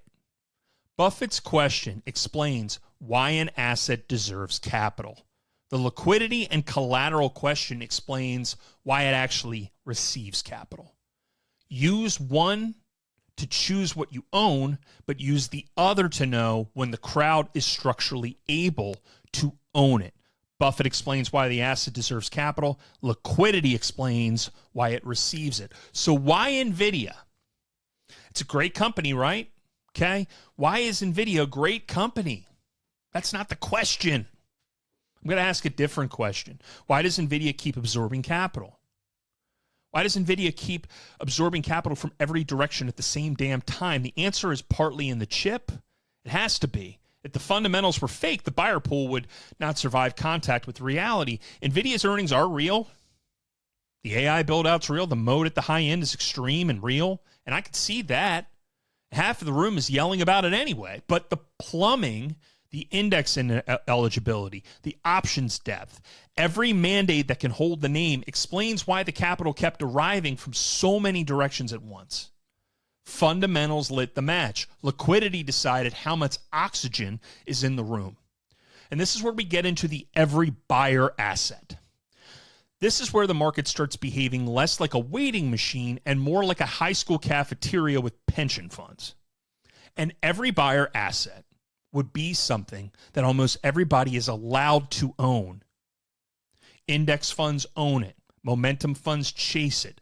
Options traders can trade it. Pensions can buy it. Sovereign wealth funds can buy it. Retail knows the name. That matters because when new buying power enters the market, it needs somewhere to go. So a tiny stock can't absorb the flood. Nvidia can. Doesn't mean Nvidia is fake. The fundamentals matter, the chips matter, the earnings matter. But once a stock becomes something every buyer can own, every wave of money has a way to reach it. So a real quick disclosure on the circularity, because someone's going to email me about it.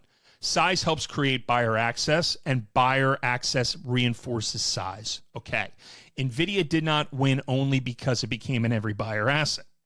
It became an every buyer asset because fundamentals, narrative, liquidity, options depth, index weight, and institutional eligibility all converged. And once that happened, every liquidity wave has more channels to reach it. Same loop again. So once you see the loop, you cannot unsee it. And that's why allocation in companies coming onto ETFs, like the S&P 500, like the SPY, are so critical. It's very important to watch all of, every time that there's a rebalancing on the S&P 500, pay very close attention to who is coming on those lists, because suddenly these become the potential equities like a Palantir that can suddenly see these very, very significant liquidity waves, significant options depth, and institutional eligibility that might not have existed before. Now, the market says it's diversified. The money says otherwise. Okay, I keep saying the market concentrates money instead of spreading it, but don't take my word for it. I mean, just look at the damn chart. Look at the top 10 stocks as a share of the S&P 500. A decade ago, the biggest 10 names were what, 20%? I mean, probably even less than that. Right? Go back a decade, you're around 10%. 2017, now you're 40. Okay. Between 35 and 40%, depending on the day, according to Visual Capitalist, the end of March 2026. Apollo's chief economist flagging this at roughly 40% in mid-2025. Okay, so the concentration's at least doubled. So when somebody tells you they're diversified because they own an index, point at that chart, please. Okay? The money says otherwise. That is concentration, and it is not an opinion. It is arithmetic where the buyer power went.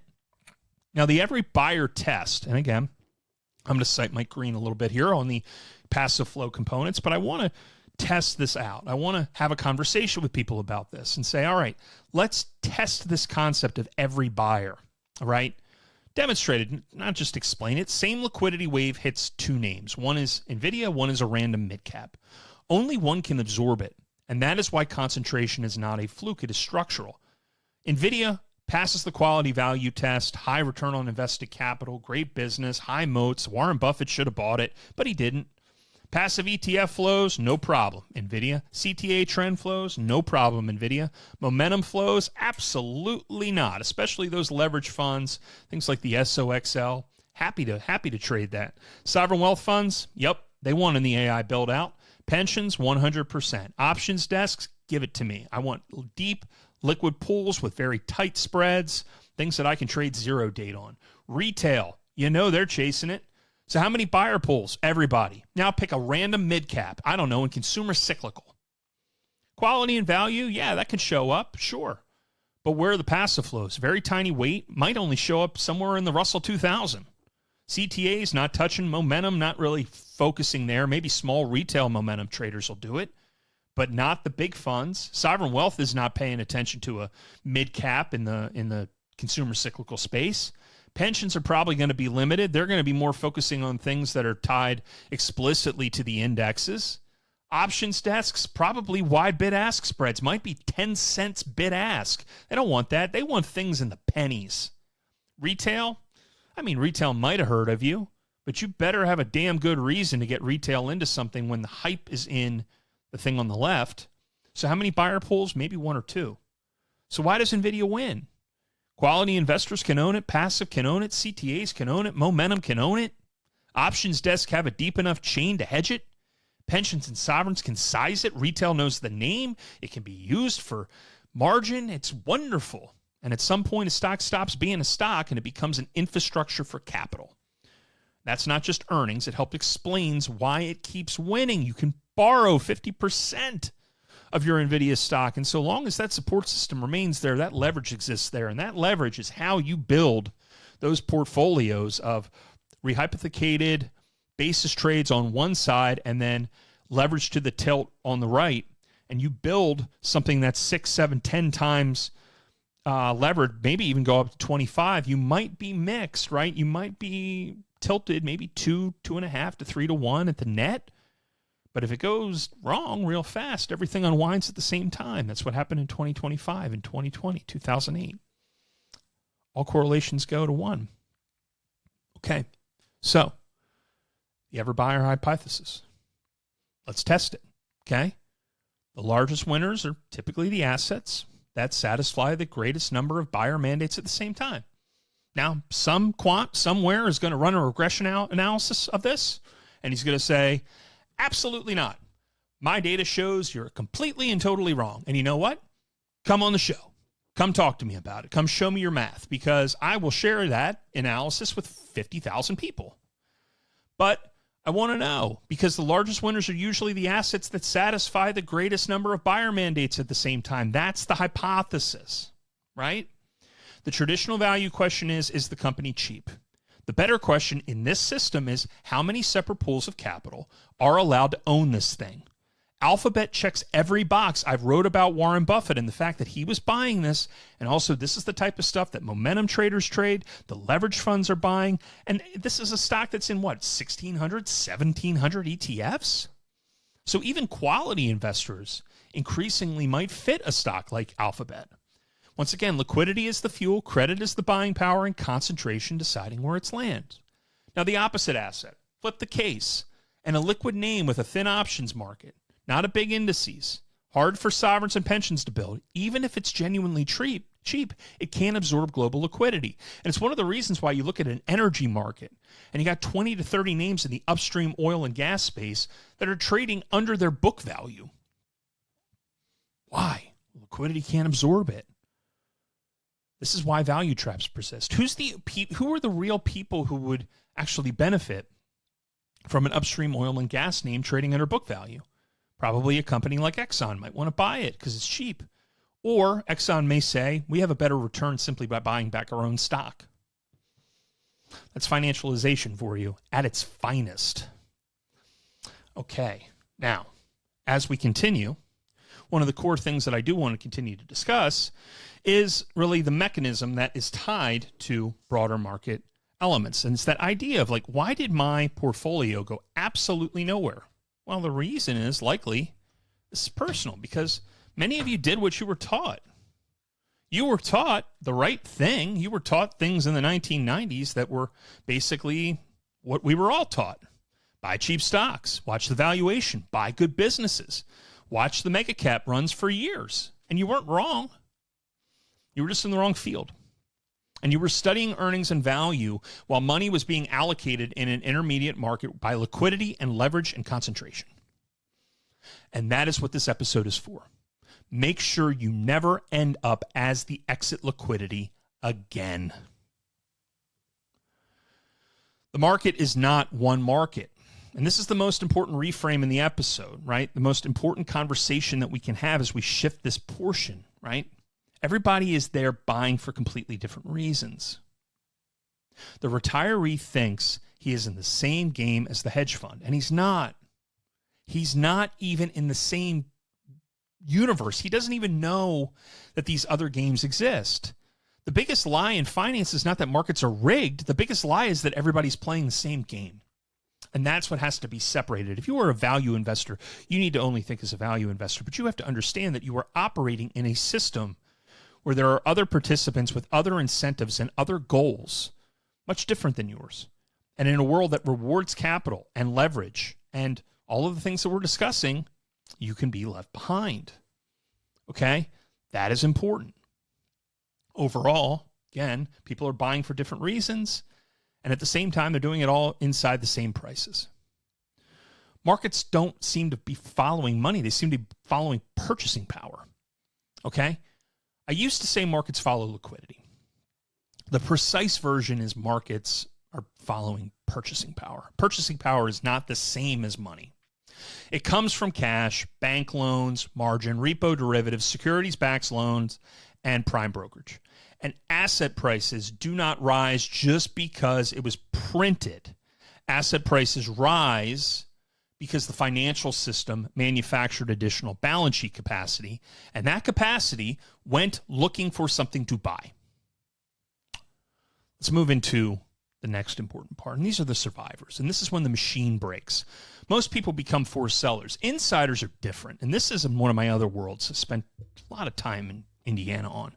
They can buy from the wreckage on the inside.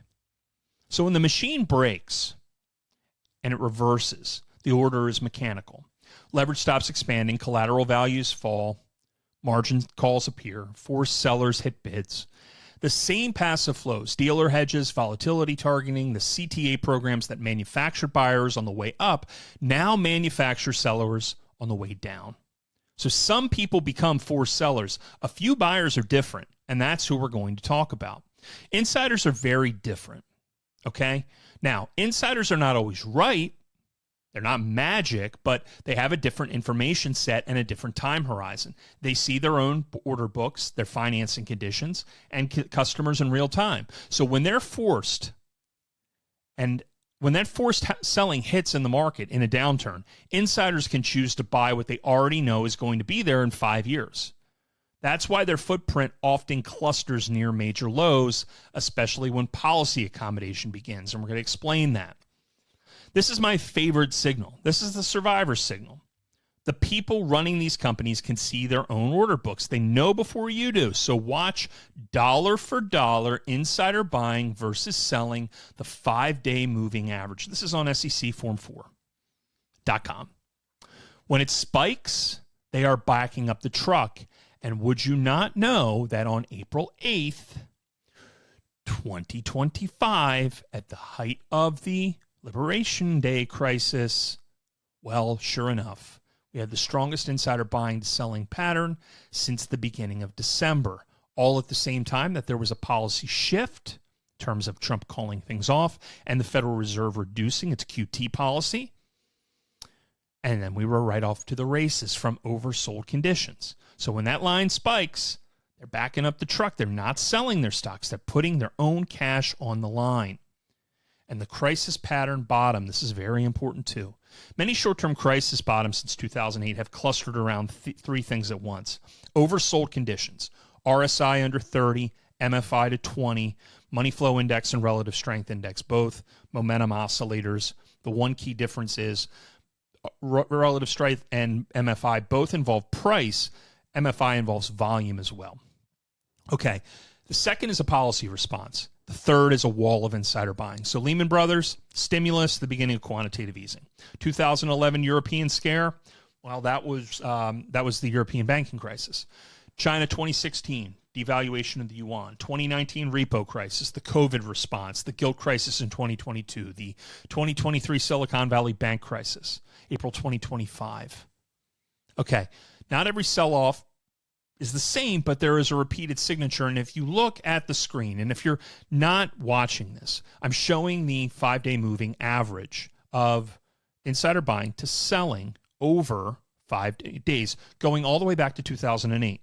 The strongest insider buying periods, specifically 5-day periods, are 2 days after Lehman Brothers, the week of quantitative easing, the week of the European banking crisis ending and the policy change, the week that China pivoted in 2016, 2 periods in 2018. That was one during Volmageddon, and secondly, with the beginning of the start of the next quantitative easing round, the huge spike in buying during COVID in 2022. You had multiple significant spikes, a lot of them all aligning back around to the gilt crisis.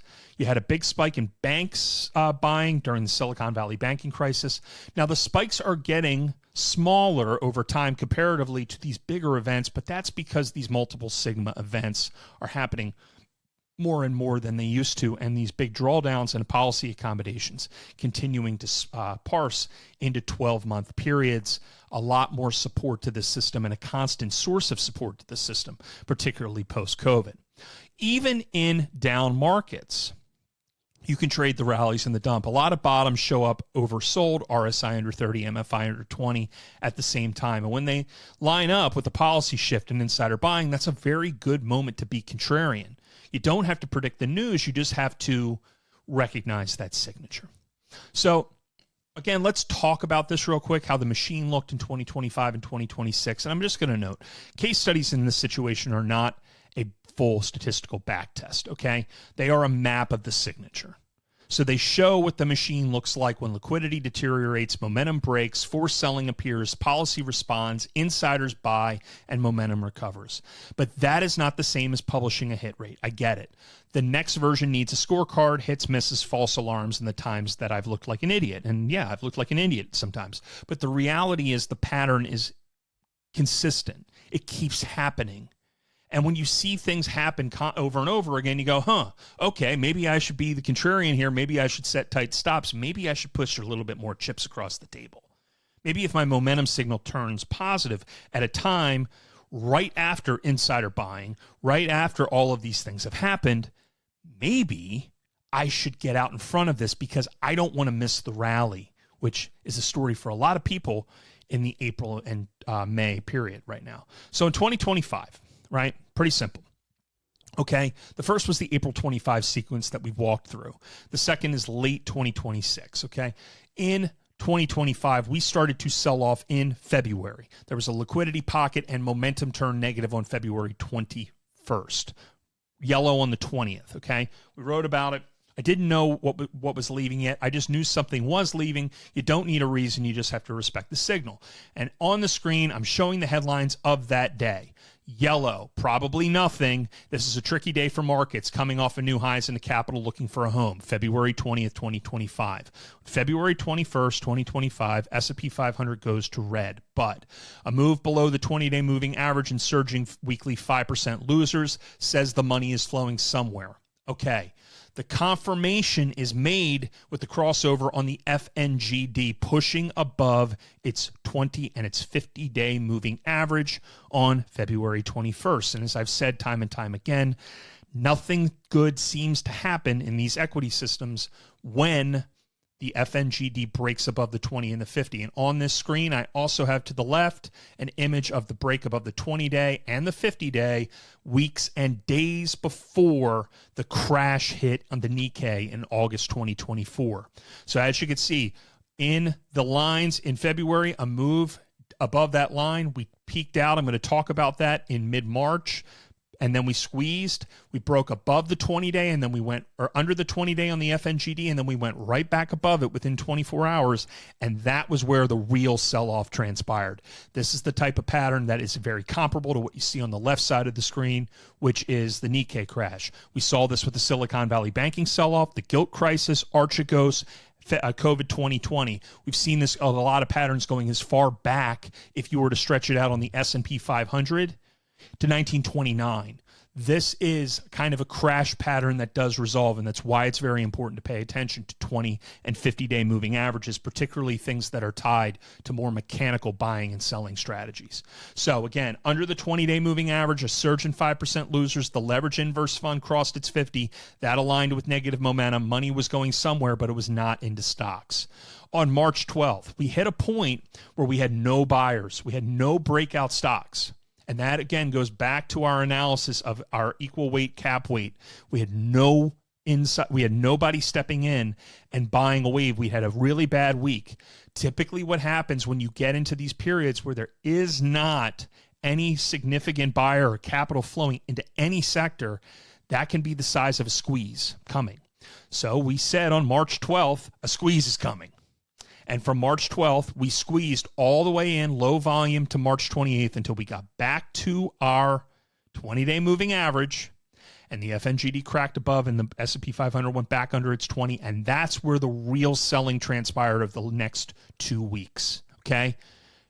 What happened? You had a rug pull. March 27th, I said the squeeze in the rug pull. March 27th, I don't feel good about this. The markets are heading in the wrong direction. And, of course, my concern was the lack of pitching in the Baltimore Orioles. Now, that said, the rug pull happens. A little squeeze. I called the squeeze on the 12th. No buying pressure, oversold territory. Then that shift. The inverse broke. No policy shift. No insider spike. The bounce was a trap. We were looking for some level of policy shift. It didn't come. So everybody was suddenly, interestingly, an expert on the Great Depression on April 7th. And then there was RSI under 30, MFI near 30. On April 8th and April 9th, we saw a great insider spike, record buying in the TQQQ, a leveraged ETF around the NASDAQ 100, and a policy shift. 1, the Federal Reserve reducing its quantitative tightening policy, and 2, the president calling off Liberation Day. The market took off. This was not luck. This was the same pattern we've seen since COVID. And there it is, right? The headline, April 7th, I wrote, "Everyone, everywhere, now an expert on the Great Depression, including Jim Cramer." And then April 9th, an explosion in insider buying. Trump even said, it's a great time to buy.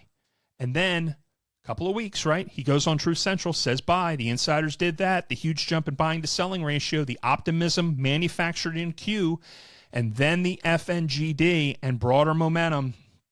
It took 2 weeks, but the momentum returned, and sure enough, all the mechanical buying, the machines turned back on. Mortimer turned the machines back on. It went higher, and it just burned the rest of the year. And the reinforcement of the machine, the mechanical purchasing, the CTA, the volatility declining, all of it comes back in at the exact same time. And sure enough, it really hits its mark when the FNGB and the leveraged ETNs and the SPXL all turn above their key moving averages. And our signal turns positive too. All of these things are the things that we are working for. All of the buying returns. It is mechanical. It is by design. Around April 23rd, the leveraged FANG fund broke into its line to the upside. Money flowed back in. The market didn't look back largely until repo concerns in November 2025, when another policy change came in stimulus and a squeeze. And once again on November 23rd, 22nd, we said another squeeze is coming because market sells off. We hit toward oversold. Policy change, accommodation, mechanical buying returns, market takes off. So again, the signal, confirmation, and you're done. And memorize the order. A negative signal, a leverage crossover, oversold, policy shift, insider spike, recovery. The lesson from 2025 is not that I predicted anything.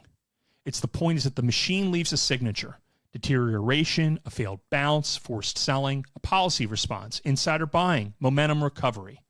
If you know the signature, you do not need a headline in order to trade it or reinvest it or buy many of the names that Peter talked about. If I want to own those stocks on that long-term horizon, I need to use these deep periods of selling off, recognize that, hey, I might not be able to get this stock at this price again, and that is the time to step in and buy those compounders. Or if you were a momentum trader, go back and buy the high beta names that fit the every buyer model.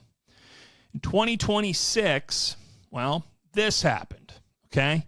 In late 2026, we had a flip. We're going to talk about the 6 beats, the March 25 setup, the late March flip, the Treasury QE wave that helped drive that rebound, the April through late May melt up, and the late cycle cracks that are appearing in the key lesson.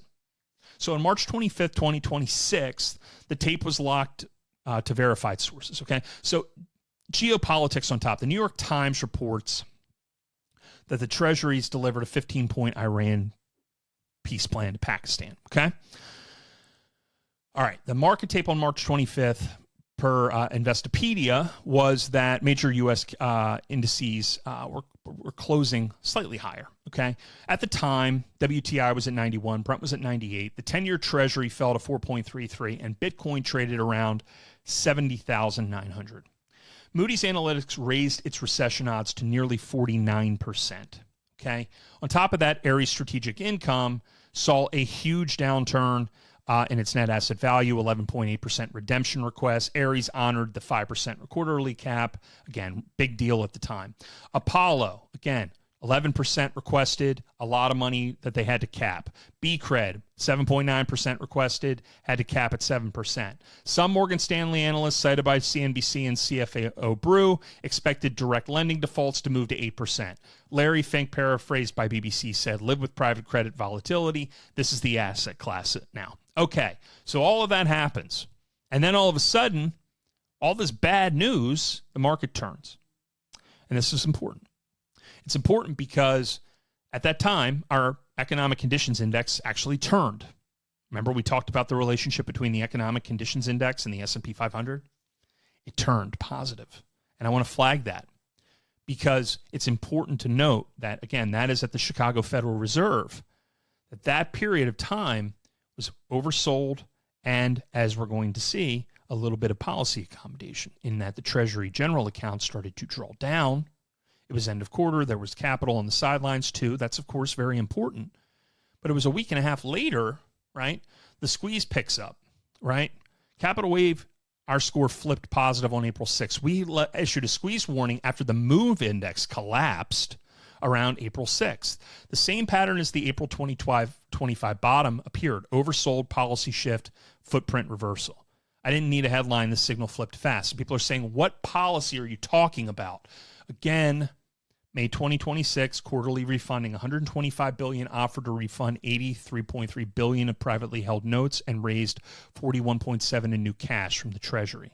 Routine bill auctions and cash management purchases ran through 2026 as standard debt management plumbing. Treasury buybacks continued as part of debt management, not crisis intervention. But that said, they drew down $200 billion in the Treasury general account. And one of the core things that's important about this is that there was marginal sellers in U.S. Treasuries that were pulled to the side. Plus, Trump just simply saying, hey, everybody, we got a deal. That is enough to make the sellers go away. And sometimes in markets, it's important to get rid of sellers as much as it is to get new buyers. That said, it's totally not QE, you guys. We've heard this one a couple hundred times. The idea that, once again, the Federal Reserve had announced in October 2029 or October 29, 2025, a balance sheet runoff would end December 1st, right? So those dates matter, but then they implemented, beginning on December 1st, rolling over all Treasury principal payments and reinvesting agency proceeds into Treasury bills. $40 billion a month starting December 12th.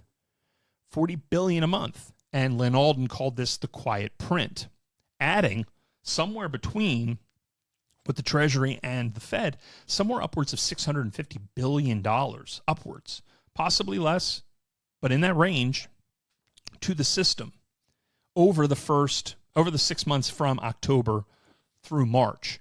And once again, it hasn't gone away, even though the tax season ended, as what the Treasury Reserve Management aimed to achieve.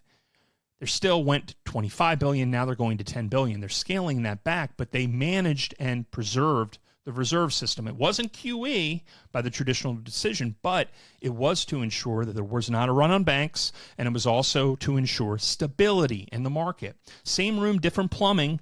The mechanics matter. And I'm saying Treasury debt management mechanics matter. Michael House talked about this extensively. Refunding, bills, buybacks. And on the Fed side, you got the end of QT followed by reserve management bills. It helps explain why the rebound helped look the way it did. Earnings alone did not fit that tape. Okay? And one of the things I do want to note is that there is chatter that they may allow the treasuries to lend excess capital from the Treasury general account to the repo market, which would be one more funding source for repo at a time that they're doing everything they can to prevent stress in the SOFR. And the secure overnight funding or financing rate is what matters. The Fed funds rate doesn't matter comparatively at all because the overnight lending rate, the SOFR, is where repo sits. And that is the system that we talked about for 2008, that rewiring. The SOFR is what matters. Lori Logan down in Dallas, Jerome Powell, in their statements going back 6 to 10 months, have talked about the SOFR and the possibilities that maybe the Fed should focus on that, which it is what they're doing, by the way, but that is what matters, not necessarily the Fed funds rate, which, by the way, the Fed funds rate, it's like $100 billion of market power. It's literally nothing. The SOFR and repo is trillions of dollars a day. So we're all told, once again, that it's the Fed that matters, and these meetings are so important, and we throw confetti, and we're not paying attention to what the Treasury is doing. We're not paying attention to what the hedge funds are doing, and we're not focusing on the fact that recycling that cash into repo could ease the reserve drain and provide a persistent source of liquidity and capital and strength to the markets. TD Securities called this sterilizing the liquidity drain.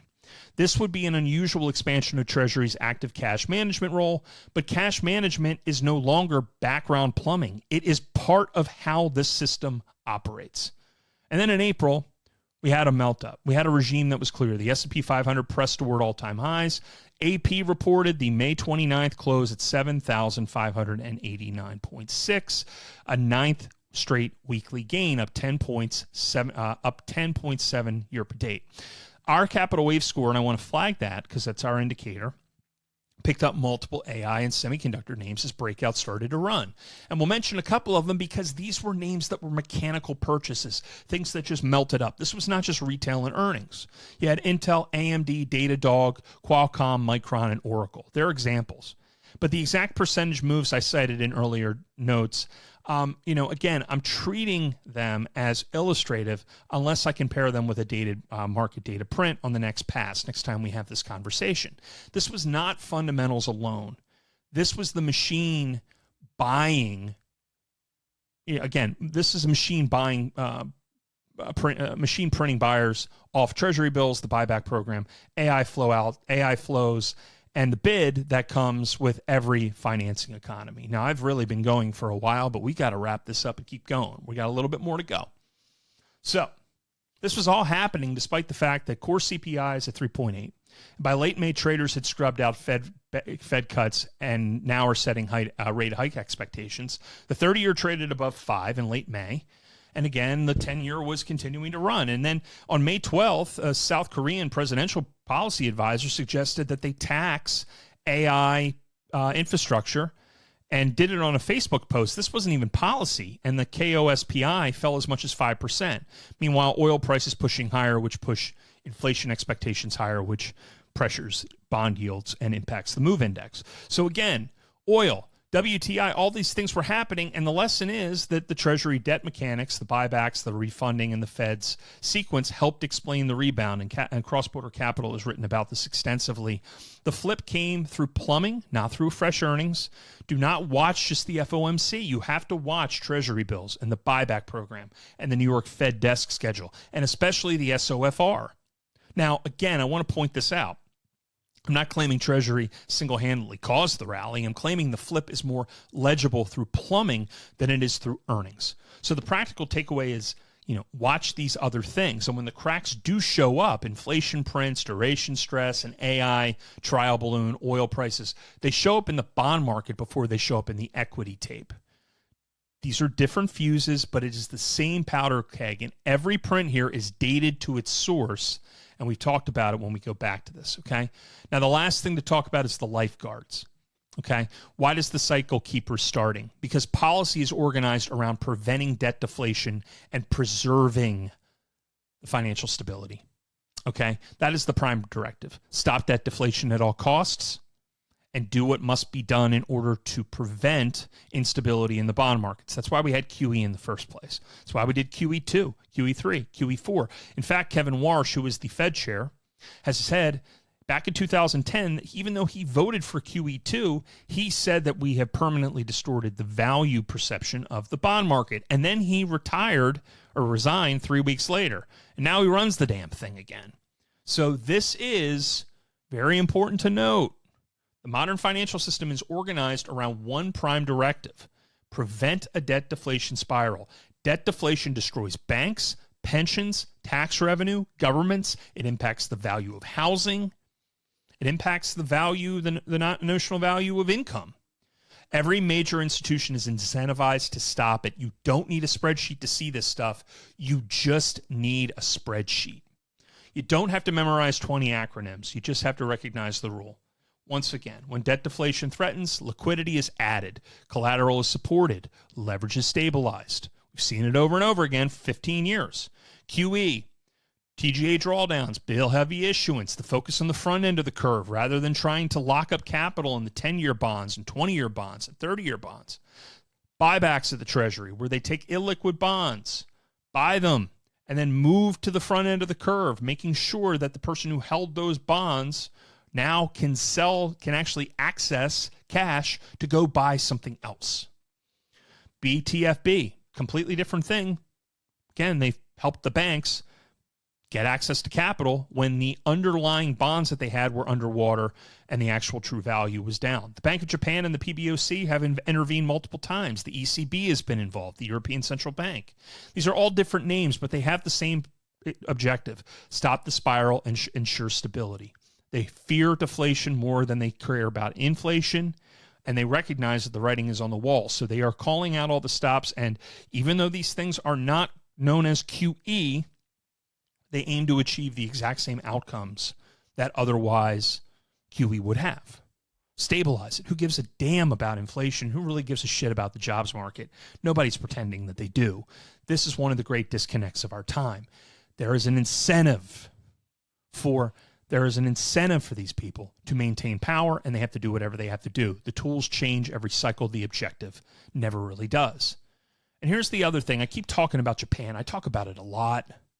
Japan ran this experiment first, okay? Zero interest rates, quantitative easing, yield curve control, fiscal repression, buying at the front end of their curve in order to keep borrowing costs down, even buying stocks. The BOJ became the dominant bondholder at 49% of the bond market owned by them. For 30 years, the financial world treated that as weird and like a broken case, especially in a world where the demographics were declining. And then everybody copied Japan. So when the debt gets large enough, the intervention stops being emergency and it becomes maintenance. And that is why when we had the reverse asset program that just happened in December, they called it routine maintenance. It's an emergency backstop. It's just a much smaller extinguisher. The lifeguards of this: policy does not rescue your portfolio because it loves you. Policy rescues the funding system because the alternative everyone is screaming at their Excel. And the machine breaks every few years. Policy arrives as the lifeguard.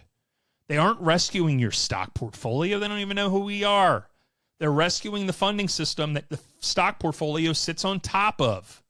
And the caveat that I owe you, carried in from the opening, the Fed put is conditional. It's not unconditional. 2022 was a recent reminder. And when inflation is higher, politics blocks intervention. Rescue is delayed and sometimes painful. But keep in mind, when 2022, Fed didn't really do anything.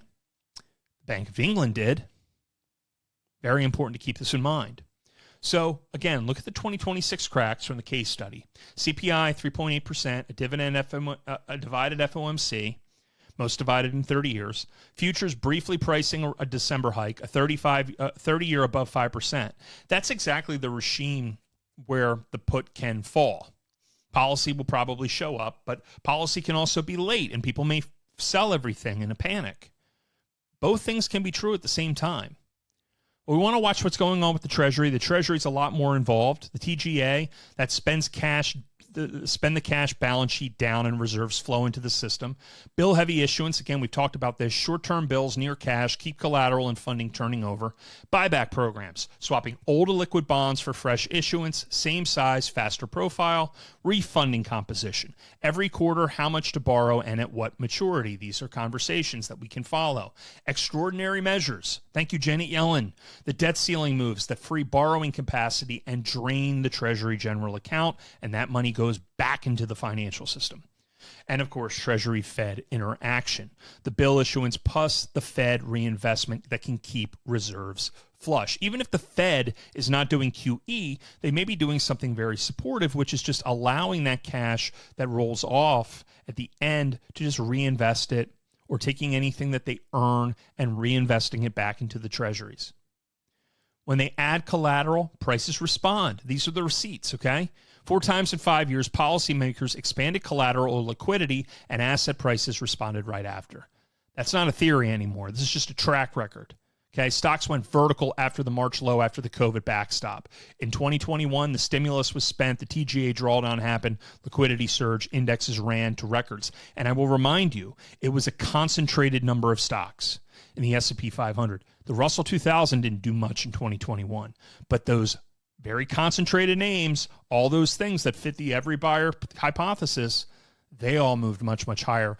The stocks that broke down in early 2021 were the heavy COVID momentum stocks, the Cathie Wood stocks. But it's the ones that were heavily concentrated, the ones that met all of those criteria. They ran all the way to November 2021.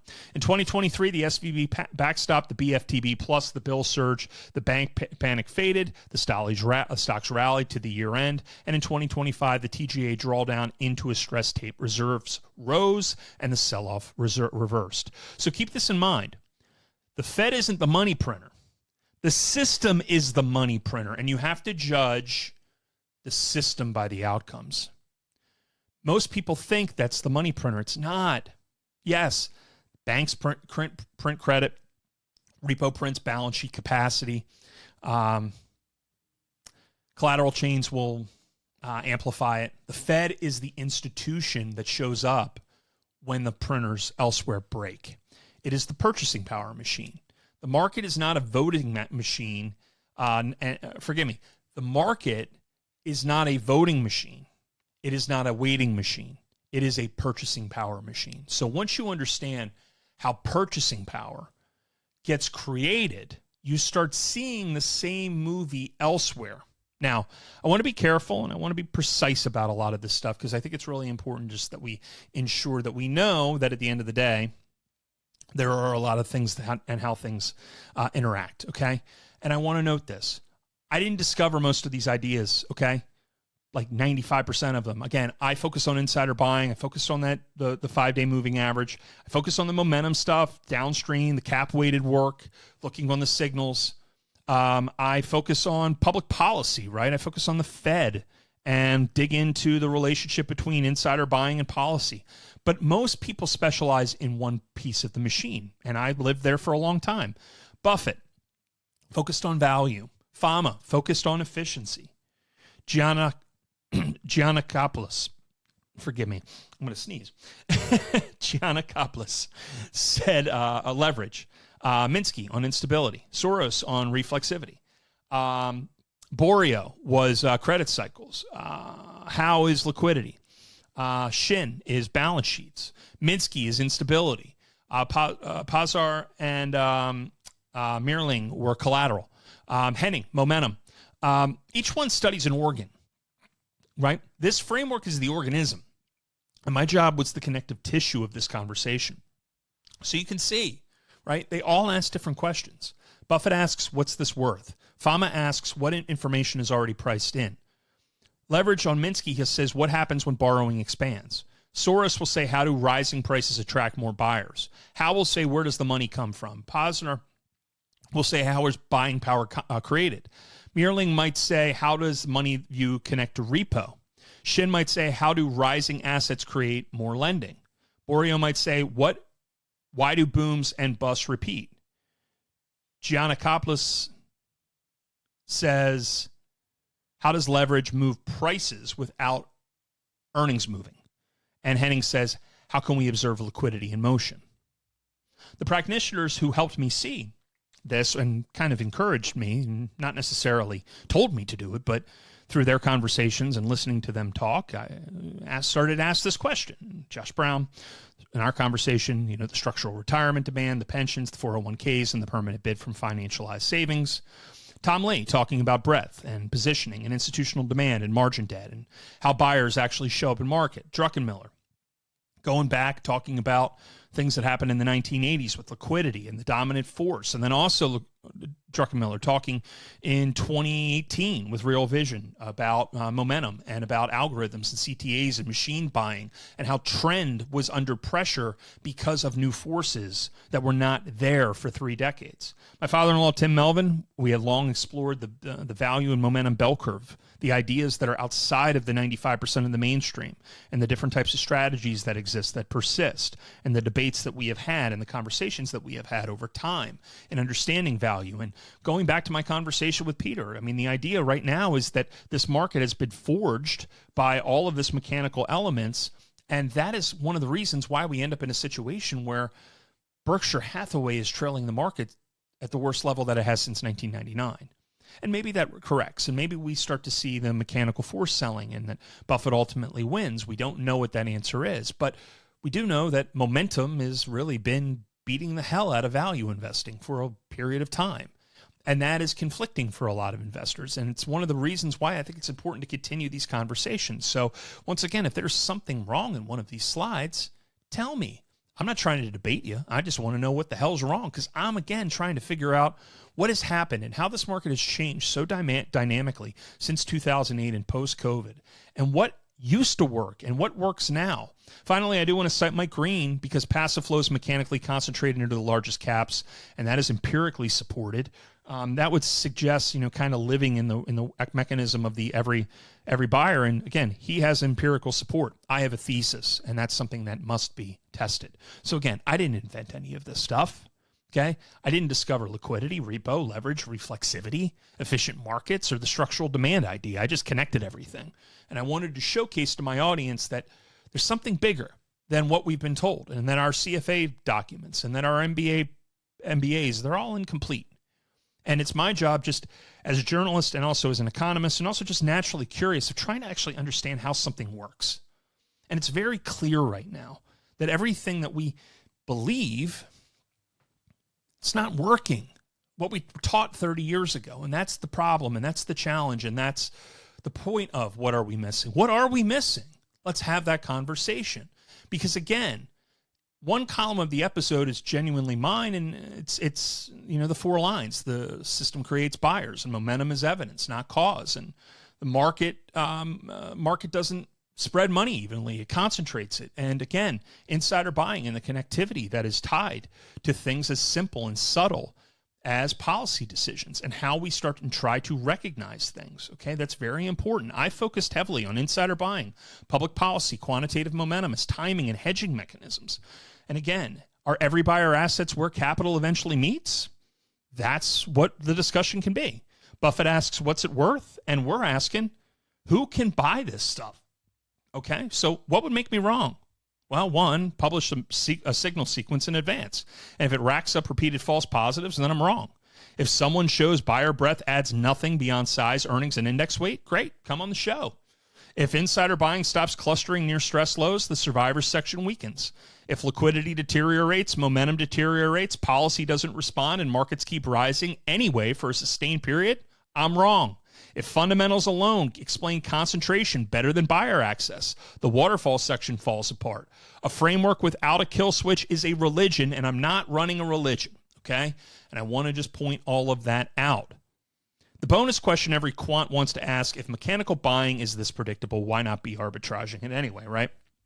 Of course, right?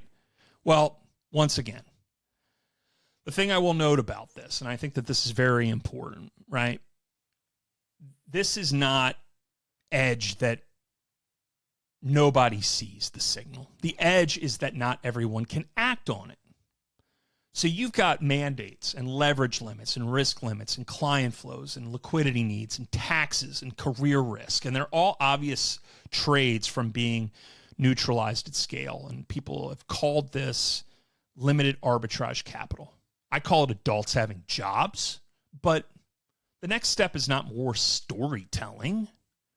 It's published rules, it's hit rates, it's things along those lines, it's false positive, it's out of sample tracking, and it's having conversations like we're having right now, and hopefully people can come on and say, hey, Garrett, you're an idiot, or wow, I've never thought about it this way. Let's go down this road. Let's tackle this one particular issue, and let's explore whether this is correlation, causation, or whether there's something that is actually worth exploring. That is the purpose of the question. What are we missing? And if you want to help with that, pick a slide, come on the show, tell me what I missed. That's literally what the show is for. So where does this go next? Well, a runway before the verdict, right?